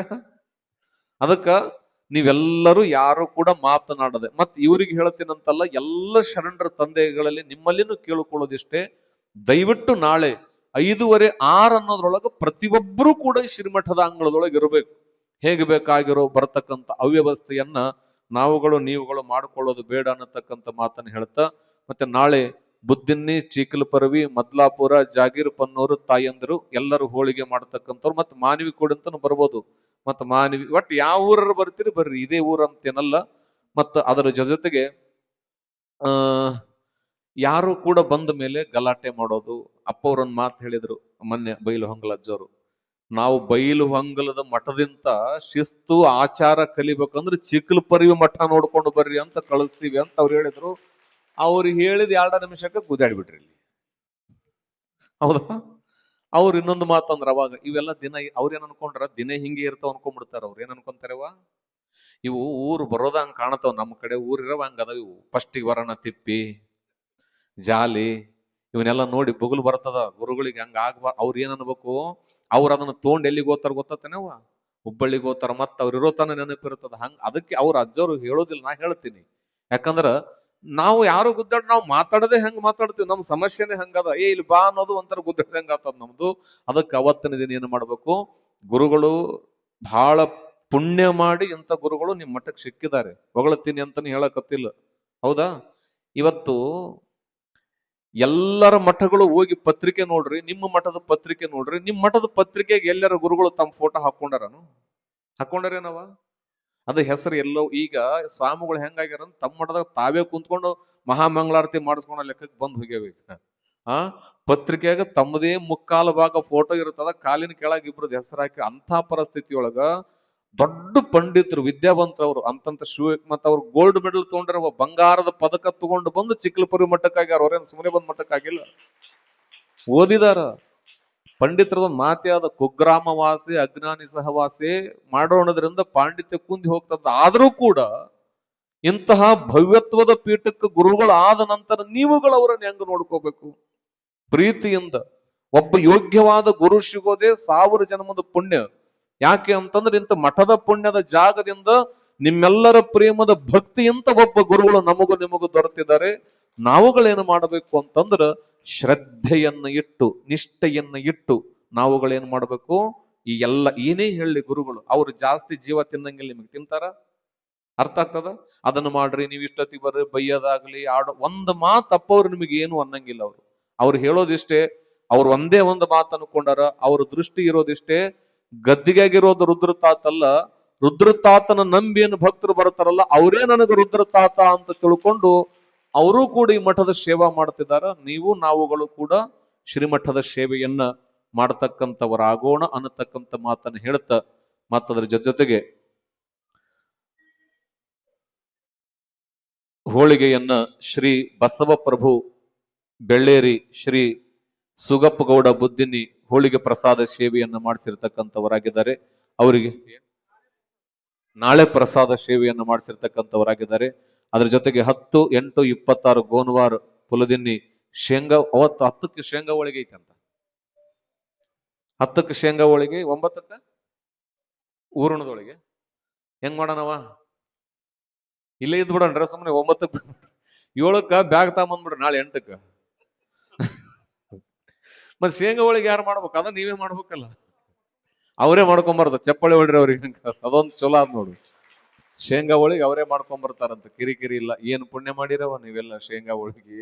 ನಿಮ್ ಮದುವೆಗಾರ ಹಿಂಗ ಆಗ್ಯಾವನೇವ? ಆಗಿಲ್ಲಲ್ಲ? ನೋಡು, ಇದು ನೀವು ಶೇಂಗಾ ಹೋಳಿಗೆ ಊಟ ಮಾಡಿದ್ರ, ನೀವು ಹೋಳಿಗೆ ಊಟ ಮಾಡಿದ್ರ ಇದು ಯಾರಿಗ್ ಖುಷಿ ಅಂತಂದ್ರ ಗುರುಗಳಿಗೆ ಗದ್ದಿಗೆಯೊಳಗಿದ್ದ ರುದ್ರತಾತ ಖುಷಿ ಪಡ್ತಾನೆ. ನೀವು ಎಷ್ಟು ಚಂದ ಊಟ ಮಾಡ್ತೀರಿ, ಎಷ್ಟು ಚಂದ ನಾವು ಪ್ರಸಾದ ಮಾಡಿಸೋನು ಭಕ್ತಿ ಎಷ್ಟು ದೊಡ್ಡದಿರ್ಬಾರ್ದು. ಪಾಪ ಎಷ್ಟು ಜನರ ಬರ್ಲ್ರಿ ಬುದ್ಧಿ, ನಾನು ಹೋಳಿಗೆನೇ ಮಾಡಿಸ್ತೀನಿ ಅಂತ ಹಠ ತೊಟ್ಟನಲ್ಲ ಪುಣ್ಯಾತ್ಮ ಭಕ್ತ, ಅಂಥವನ ಹೃದಯದೊಳಗೂ ಕೂಡ ರುದ್ರತಾತ ಕುಂತ್ಕೊಂಡು ಎಲ್ಲ ಕಾರ್ಯಕ್ರಮಗಳನ್ನ ಮಾಡಿಸ್ತಾರೆ. ಅದಕ್ಕಾಗಿ ನಾಳಿನ ದಿನ 1ನೇದ್ದು ಬೇಗ ಬರಬೇಕು, 2ನೇದ್ದು ಗುರುಗಳನ್ನ, ಜಗದ್ಗುರುಗಳನ್ನ ಕರ್ಕೊಂಡು ಇರೋಣದ್ರಿಂದ ಸುತ್ತ ಹಳ್ಳಿಯ ತಾಯಂದ್ರು 1 ಗಂಟೆ ಅನ್ನೋದ್ರೊಳಗೆ ಶ್ರೀಮಠಕ್ಕೆ ಬರಬೇಕು. ಅದ್ರ ಜೊತೆಗೆ 3ನೇದ್ದು ಶಿಸ್ತನ್ನ ಕಾಪಾಡ್ಕೊಳ್ಬೇಕು, ಶಾಂತ ರೀತಿ. ಯಾರೇ ಪಕ್ಕದೊಳಗೆ ಬಂದು ಕುಂತ್ರು ಮಾತಾಡ್ಬೇಡ್ರಿ. 4ನೇದ್ದು ನಿಮ್ಮ ಮಕ್ಕಳನ್ನ ಸ್ವಲ್ಪ ಜವಾಬ್ದಾರಿಯುತನದಿಂದ ನೀವುಗಳು ಮುಂದೆ ಕುಂದ್ರಿಸ್ಕೊಂಡು ಸಮಾಧಾನ ಮಾಡ್ರಿ. ಮತ್ತ 5ನೇದ್ದು ಏನು ಅಂತಂದ್ರ, ನೀವ್ ಯಾರು ಕೂಡ ಮಧ್ಯದಲ್ಲಿ ಎದ್ದು ಹೋಗೋದು, ಜಗದ್ಗುರುಗಳು ಮಾತಾಡ್ಬೇಕಾದ್ರ ಎದ್ದು ಬರೋದು, ಹಿಂದಿದ್ದವ್ರ ಮಾತಾಡಿಸೋದು ಏನು ಮಾತಾಡ್ಲಾರ್ದಂಗ ಶಿಸ್ತು ಬದ್ಧತೆಯಿಂದ ಆ ಕಾರ್ಯಕ್ರಮವನ್ನ ನೀವುಗಳೆಲ್ಲರೂ ಕೂಡ ಮಾಡೋಣ ಅನ್ನತಕ್ಕಂಥ ಮಾತನ್ನ ಮತ್ತೊಮ್ಮೆ ತಿಳಿಸ್ತಾ, ಅವರಿವರನ್ನದೇ ನೀವೆಲ್ಲರೂ ಕೂಡ ಬಂದಿದ್ದೀರಿ. ಮತ್ತ ಅಪ್ಪವರು ಕೂಡ ನಿಮಗೆಲ್ಲ ವಿಚಾರಗಳನ್ನ ತಿಳಿಸ್ತಾರೆ. ನಾಳೆಗೆ 1 ಗಂಟೆಗೆ ಎಲ್ಲ ತಾಯಂದ್ರ ಎಲ್ಲಾ ಗ್ರಾಮದವರು ಬಂದು ಬಿಡ್ರಿ. ಅರ್ಥ ಕೇಳ್ತದೇವ? ಬರ್ತೀರಾ ಎಲ್ಲರೂ? ಚಪ್ಪಾಳೆ ಹೊಡ್ರಿ. ನೀ ಹೆಣ್ಮಗಳನು? ನೀ ಯಾಕೆ ಕೊಡದೆ? ಹೆಣ್ಮಕ್ಳೆಲ್ಲ ಹೊಡೆದಿರಿ, ಮತ್ತೆಲ್ಲ ಶರಣರು ಮತ್ತೆ ಹೆಣ್ಮಕ್ಳು ಚಪ್ಪಳಿ ಹೊಡಿಸಿರಂತ ನೀವು ಬಿಟ್ಟಿಗಿಟ್ರಿ. ಎಲ್ಲ ಶರಣರು ಕೂಡ ಬರ್ತಕ್ಕಂಥವರಾಗ್ರಿ. ತಾವು ಬಂದ ನಂತರ ವೈಭವದಿಂದ ಜಗದ್ಗುರುಗಳಿಗೆ ಅನಿಸ್ಬೇಕು, ಇದು ಚಿಕ್ಕಲಪರಿವಿ ಮಠನೋ ಅಥವಾ ಏನು 12ನೇ ಶತಮಾನದ ಕಲ್ಯಾಣನೋ ಅನಿಸಿರ್ಬೇಕು. ಅಷ್ಟು ಪ್ರೇಮ ತುಂಬಿ ಅವರ ಆಶೀರ್ವಚನ ಮಾಡುವಂತೆ ತಾವೆಲ್ಲರೂ ಕೂಡ ಬರತಕ್ಕಂಥವರಾಗ್ರಿ. ಮತ್ತ ನಿಮ್ಮ ಬೀದಿ ಏನು ರಾಜ ಬೀದಿ ಐತಲ್ಲ, ಒಂದಿಷ್ಟು ಜನ ನಮ್ಮ ಶರಣರಿದ್ದೀರಿ, ಏನಾದ್ರೂ ಕಸ ಕಡ್ಡಿಗಳು ಬಿದ್ದಿದ್ರೆ ಎಲ್ಲ ಸ್ವಚ್ಛ ಮಾಡ್ರಿ. ತಾಯಂದ್ರೆ ಏನಾದ್ರೂ ನಿಮಗೆ ಪ್ರೀತಿ ಇತ್ತು ಅಂದ್ರೆ ಅಲ್ಲಿ ರಂಗವಲ್ಲಿ ಹಾಕ್ತಕ್ಕಂಥವ್ರು ಹಾಕ್ರಿ. ಮಡಿಯಿಂದ ಮಡಿ ಏನು ಮಳಿ ಬಂದ್ ಎಲ್ಲ ಮಡಿ ಮಾಡೇ ಬಿಟ್ಟೈತಿ ಇವತ್ತು. ನಾಳೆ ಗುರುಗಳು ಬರೋದಷ್ಟೇ, ನೀವೇನು ಒಂದಿಷ್ಟು ರಂಗೋಲಿ ಹಾಕ್ತಕ್ಕಂಥವ್ರು, ನಿಮ್ಗೆ ಏನು ಗುರುಗಳು ತಲೆ ಕೊಡ್ತಾನಲ್ಲ ಅದನ್ನ ಪ್ರೀತಿಯಿಂದ ಎಲ್ಲರೂ ಮಾಡತಕ್ಕಂಥವರಾಗ್ರಿ ಅನ್ನತಕ್ಕಂಥ ಮಾತನ್ನ ಮತ್ತೊಮ್ಮೆ ತಿಳಿಸಿ, ಮತ್ತು ವಿಶೇಷವಾಗಿ ಇವತ್ತು ನಮ್ಮ ವಂದಲಿ ಸರ್ ಅವರು ಬಂದಿದ್ದಾರೆ, ವಿರೂಪಾಕ್ಷ ಗವಾಯಿಗಳವರು. ಅವ್ರು ಅನವರತವಾಗಿ ಯಾವಾಗ್ಲಿಂತ ವಿರೂಪಾಕ್ಷ ಶಿವಯೋಗಿಗಳಿದ್ದಾಗ್ಲಿಂತ ಅವರಿಗೆ 2 ಮಠ ಅಂದ್ರೆ 2 ಕಣ್ಣಿದ್ದಂಗ. ಒಂದು ಒಳಬಳ್ಳಾರಿ ಮಠ, ಇನ್ನೊಂದು ಚಿಕ್ಕಲಪರವಿಯ ರುದ್ರಮುನಿ ತಾತನವರ ಮಠ. ಇನ್ನೊಂದು ವಿಶೇಷ ಏನಂದ್ರ, ನೀವು ನಂಬ್ತಿರಲ್ಲ ಗೊತ್ತಿಲ್ಲ, ಯಾವ ಮಠದಾಗಾದ್ರೂ ಕರೆಯಂಗಿಲ್ಲ ಅಂತ ಸಿಟ್ಟಾಗ್ತಾರ. ಕರಿಲಿಲ್ಲ ಅಂತ ಸಿಟ್ಟಾಗದೆ ತಾನೇ ಬಂದು ನಿಂತು ಸೇವಾ ಮಾಡೋ ಮಠ ಅಂದ್ರ ಅದು ರುದ್ರಮುನಿ ತಾತನವರ ಮಠ. ಯಾಕೆ ಅಂತಂದ್ರ ಇದು ಪ್ರೇಮ ತುಂಬಿ ಅವ್ರು ಎಷ್ಟೋ ವರ್ಷಗಳ ಕಾಲ ಸೇವಾ ಮಾಡಿದ್ದಾರೆ. ಒಂದು ಮಾತು ಹೇಳ್ಬೇಕಂದ್ರ, ರುದ್ರಮುನಿ ತಾತನವ್ರ ಮಠದಾಗೇನು ಅವ್ರು ಇಷ್ಟು ವರ್ಷ ಸೇವಾ ಮಾಡಿದ್ರಲ್ಲ, ಆ ಫಲವನ್ನ ರುದ್ರಮುನಿ ತಾತ ವಿರೂಪಾಕ್ಷ ಶಿವಯೋಗಿಗಳು ಇಟ್ಕೊಂಡಿಲ್ಲ. ಅವ್ರಿಗೆ ಹೆಂಗ ಕೊಟ್ಟಿದಾರಂದ್ರ, ಇವರು ರಾಜ್ಯದ ತುಂಬಾ ಅಡ್ಡಾಡಿದ್ರು, ಅಂತರಾಜ್ಯದೊಳಗೂ ಹೋಗಿ ಬಂದ್ರು. ಆದ್ರ ಗವಾಯಿಗಳು ಮಗ ಇವತ್ತು ಬೇರೆ ದೇಶಗಳಲ್ಲಿ ಹೋಗಿ ಹಾಡ್ತಕ್ಕಂಥ ಶಕ್ತಿಯನ್ನ ರುದ್ರಮುನಿ ತಾತನವರು ಸಣ್ಣ ವಯಸ್ಸಿನಲ್ಲಿ ನಾಡಿನಾದ್ಯಂತ ಪರಿಚಯವಾಗಿ. ಯಾಕಂದ್ರ ಕಲೆನೂ ಪರಂಪರೆ ಹೋಗಬೇಕಂದ್ರೆ ಅಲ್ಲಿ ಗುರುವಿನ ಆಶಯ ಮತ್ತು ಆಶೀರ್ವಾದ ಎರಡೂ ಇರಬೇಕು. ಅವರ ಮಗ ಇವತ್ತು ಬಹಳ ದೊಡ್ಡ ಮಟ್ಟದ ವೇದಿಕೆಗಳನ್ನು ಏರುತ್ತಿದ್ದಾರೆ. ಕಾರಣ ಯಾಕಂದ್ರ ಇವರು ಕುಂತು ಶ್ರಮ ಪಟ್ಟಿದಾರ. ಆ ಶ್ರಮದ ವೈಭವವನ್ನ ಮಗ ಬೆಳೆದ್ರ ತಾನು ಬೆಳೆರೋದಕ್ಕಿಂತ ಹೆಚ್ಚದು. ನಾವು ಬೆಳೆದ್ರ ಖುಷಿ ಇರ್ತತಿಲ್ಲ ಗೊತ್ತಿಲ್ಲ. ನಮ್ಮ ಮಗ ದೊಡ್ಡ ಮಟ್ಟಕ್ಕೆ ಹೋಗ್ಬಿಟ್ರೆ ಅದಕ್ಕಿಂತ ಪುಣ್ಯ ಈ ಪ್ರಪಂಚದೊಳಗೆ ಇನ್ನೊಂದಿಲ್ಲ. ಯಾಕಂದ್ರೆ ನಾನು ಹೇಳಿದ್ದೀನಿ, ಪುತ್ರ ಶೋಕ ನಿರಂತರ, ಪುತ್ರ ವೈಭವವು ನಿರಂತರ. ಹಂಗ ಪುತ್ರನಿಗೆ ಕೃಪೆಯನ್ನ ಮಾಡಿದ್ರಲ್ಲ, ಒಳ್ಳೆ ಹಾದಿ ಹಚ್ಚಿಕೊಟ್ರಲ್ಲ, ಆ ಸ್ಮರಣೆಗಾಗಿ ಇವತ್ತು ಗುರುಗಳು ಬಂದಿದ್ದು ಕೂಡ, ಗವಾಯಿಗಳು ಬಂದಿದ್ದು ಕೂಡ ಗುರುಗಳಿಗೆ ಬಹಳ ಸಂತೋಷ. ಯಾಕಂದ್ರೆ ಅವ್ರು ಅದಕ್ಕೆ ಹೇಳಿದ್ರು, ಚಂದ ನೀವೇ ಪ್ರಾರ್ಥನೆ ಗೀತೆ ಹಾಡ್ರಿ. ಯಾಕೆ ಅಂದ್ರ ನಮ್ಮ ಭಾಗದೊಳಗ ದೊಡ್ಡ ಗಾನ ನಿಧಿ ನಮ್ಮ ಗವಾಯಿಗಳು ಅಂತಂದ್ರೆ. ಬಹಳ ಅದ್ಭುತವಾಗಿರ್ತಕ್ಕಂಥ ವಿದ್ಯೆಯ ಜೊತೆಗೆ ಏನೆಲ್ಲವನ್ನ ಕೊಡ್ತಕ್ಕಂಥವರಾಗಿ ಮತ್ತೆ ಎಷ್ಟೋ ಮಕ್ಕಳಿಗೂ ಕೂಡ ಕಲಿಸಿದ್ದಾರೆ. ನಮ್ಮ ಗವಾಯಿಗಳಿಗೂ ಕೂಡ, ನಮ್ಮ ಅಂಬರೀಷ್ ಗವಾಯಿಗಳಿಗೂ ಕೂಡ ಇವರೇ ಗುರುಗಳು, ವಿದ್ಯಾಭ್ಯಾಸವನ್ನ ಮಾಡಿಸಿದ್ದಾರೆ. ಯಾಕೆ ಅಂತಂದ್ರೆ ಅಂತವರು ಇವತ್ತು ಬಂದಿದ್ದಾರೆ. ಅವರಿಗೂ ಕೂಡ ಜೋರಾದ ಚಪ್ಪಾಳೆಯ ಮುಖಾಂತರವಾಗಿ ಅನಂತ ಧನ್ಯವಾದಗಳನ್ನು ಸಮರ್ಪಿಸಿ, ಅದರ ಜೊತೆಗೆ ನಾನಾ ಭಾಗದಿಂದ, ಹಾಲ್ವಿಯಿಂದನೂ ಕೂಡ ಬಂದಿದ್ದಾರೆ, ಇವತ್ತು ಕೌತಾಳದಿಂದ ಬಂದಿದ್ದಾರೆ, ಆಂಧ್ರ ಭಾಗದಿಂದನೂ ಬಂದಿದ್ದಾರೆ, ಸಿಂಧನೂರು, ಮಾನ್ವಿ, ರಾಯಚೂರು ಎಲ್ಲಾ ಭಾಗದಿಂದ, ಇವತ್ತು ಆಲ್ದಾಳಿಂದನೂ ಕೂಡ ಬಂದಿದ್ದಾರೆ. ಎಲ್ಲಾ ಭಾಗದಿಂದ ಬಂದಿರತಕ್ಕಂಥವರಾಗಿದ್ದಾರೆ. ಅವರೆಲ್ಲರಿಗೂ ಕೂಡ ರುದ್ರಮುನಿ ತಾತನವರು ಮಹಾಂತ ಶಿವಯೋಗಿಗಳು ಸಕಲ ಸಂಪತ್ತು, ಆಯುಷ, ಆರೋಗ್ಯ, ಭಾಗ್ಯ, ಧನ ಕನಕ ಸಂಪತ್ತನ್ನು ಕೊಟ್ಟು ಕಾಪಾಡ್ಲಿ ಅಂತ ಹೇಳ್ತಾ, ವಿಶೇಷವಾಗಿ ಆಗಮಿಸಿದ ನಿಮ್ಮೆಲ್ಲರಿಗೂ ಒಳ್ಳೇದಾಗ್ಲಿ. ಮತ್ತೆ ಹೇಳಿರವೆಲ್ಲ ನೆನಪೈತಾ ಯವ್ವ? ನೆನಪೈತಿಲ್ವಾ? ನಾಳೆ 1 ಗಂಟೆಗೆ ಬರ್ರಿ. ಹೋಳಿಗೆ ಮಾಡೋದಿರೋಣದ್ರಿಂದ, ಹೋಳಿಗೆ ಮಾಡ್ಬೇಕಾರ ಈಳಿಗೆ ಏನಾರು ತರ್ಬೇಕು ಇಲ್ಲಲ್ಲ? ನನಗೆ ಗೊತ್ತಿಲ್ಲ. ಈಳಿಗೆ ಕುಡುಗೋ ಏನಂತಿರಲ್ಲ, ಕುಡುಗೋಲು ಚಿಮಣಿಗೆ ಏನಾರು ತರಂಗಿದ್ರ ಅದು ಅವು ಕಾಯಿಪಲ್ಲೆ ಕತ್ತರ್ಸಕ್ ಅಷ್ಟೇ ಅಲ್ಲವು. ಕಾಯಿಪಲ್ಲೆ ಹಚ್ಚೋದೇನು ತಗೊಂಬರ್ರಿ, ಮತ್ತೆ ಹೇಳಕ್ಕಾಗಂಗಿಲ್ಲ. ಒಂದು 5 ಮಂದಿ ತೊಗೊಂಬರ್ರಿ, ಮತ್ತೆ ದೊಡ್ಡ ತೊಂದ್ರಿ ಕೊಡ್ಲಿ ಬಿಡಿಗೆ. ಏನು ತಾತ ತೊಗೊಂಬ ಅಂತ ತೊಗೊಂಬರೋದು. ಯವ್ವ ಅವೇನ್ ತೊಗೊಂಡ್ ಬರಕ್ ಹೋಗ್ಬೇಡ್ರಿ. ಹೋಳಿಗೆ ಮಾಡೋದ್ನಾಗ ಅದೇನು ಇರಂಗಿಲ್ಲ ಅಂತ ಅನ್ಕೊಂತೀನಿ ನಾನು. ಅದು ಹೋಳಿಗೆ ಮಾಡ್ಬೇಕಾದ್ರ ನೀವಷ್ಟೇ ಬರ್ರಿ, ನೀವಷ್ಟೇ ಬರ್ರಿ ಅನ್ನತಕ್ಕಂಥ ಮಾತನ್ನ ಹೇಳ್ತಾ, ಮತ್ತ ನೀವೆಲ್ಲರೂ ನಿಧಾನಕ್ಕೆ ಬರ್ರಿ. ಯಾರು ಕೂಡ ಅಶಿಸ್ತಿನೊಂದಿಗೆ ನಾಳೆ ದಿನ ದಯವಿಟ್ಟು ನಿಮ್ಮಲ್ಲಿ ಮತ್ತೊಮ್ಮೆ ಕೇಳಿಕೊಳ್ಳೋದಿಷ್ಟೇ, ಅತ್ಯಂತ ಶಿಸ್ತಿನಿಂದ ಆ ಕಾರ್ಯಕ್ರಮವನ್ನ ಮಾಡ್ರಿ. ಇದೇ ವೇದಿಕೆಯೊಳಗಿರ್ತದ, ಇಂದ ಎಲ್ಲ ಪರಮ ಪೂಜ್ಯರು ಕುಳಿತಿರ್ತಾರೆ. ಯಥಾ ಪ್ರಕಾರವಾಗಿ ಸಭೆ ಪ್ರಾರಂಭ ಆಗುತ್ತದೆ ಅನ್ನತಕ್ಕಂಥ ಮಾತನ್ನ ಹೇಳ್ತಾ, ಏನೆಲ್ಲ ನುಡಿಗಳನ್ನ ಗುರುವಿನ ಅಡಿದಾವರೆಗಳಿಗೆ ಸಮರ್ಪಣೆ ಮಾಡಿ, ಇವತ್ತು ರುದ್ರಮುನಿ ತಾತನವರು ಎಲ್ಲ ಉಮಳಿ ಹೊಸೂರು, ಚಿತ್ರಾಲಿ ಇಷ್ಟೆಲ್ಲ ಬಂದಿದ್ದಾರೆ. ಇನ್ನೊಂದೇ ದಿನದಲ್ಲಿ ಈ ಗ್ರಾಮಕ್ಕೆ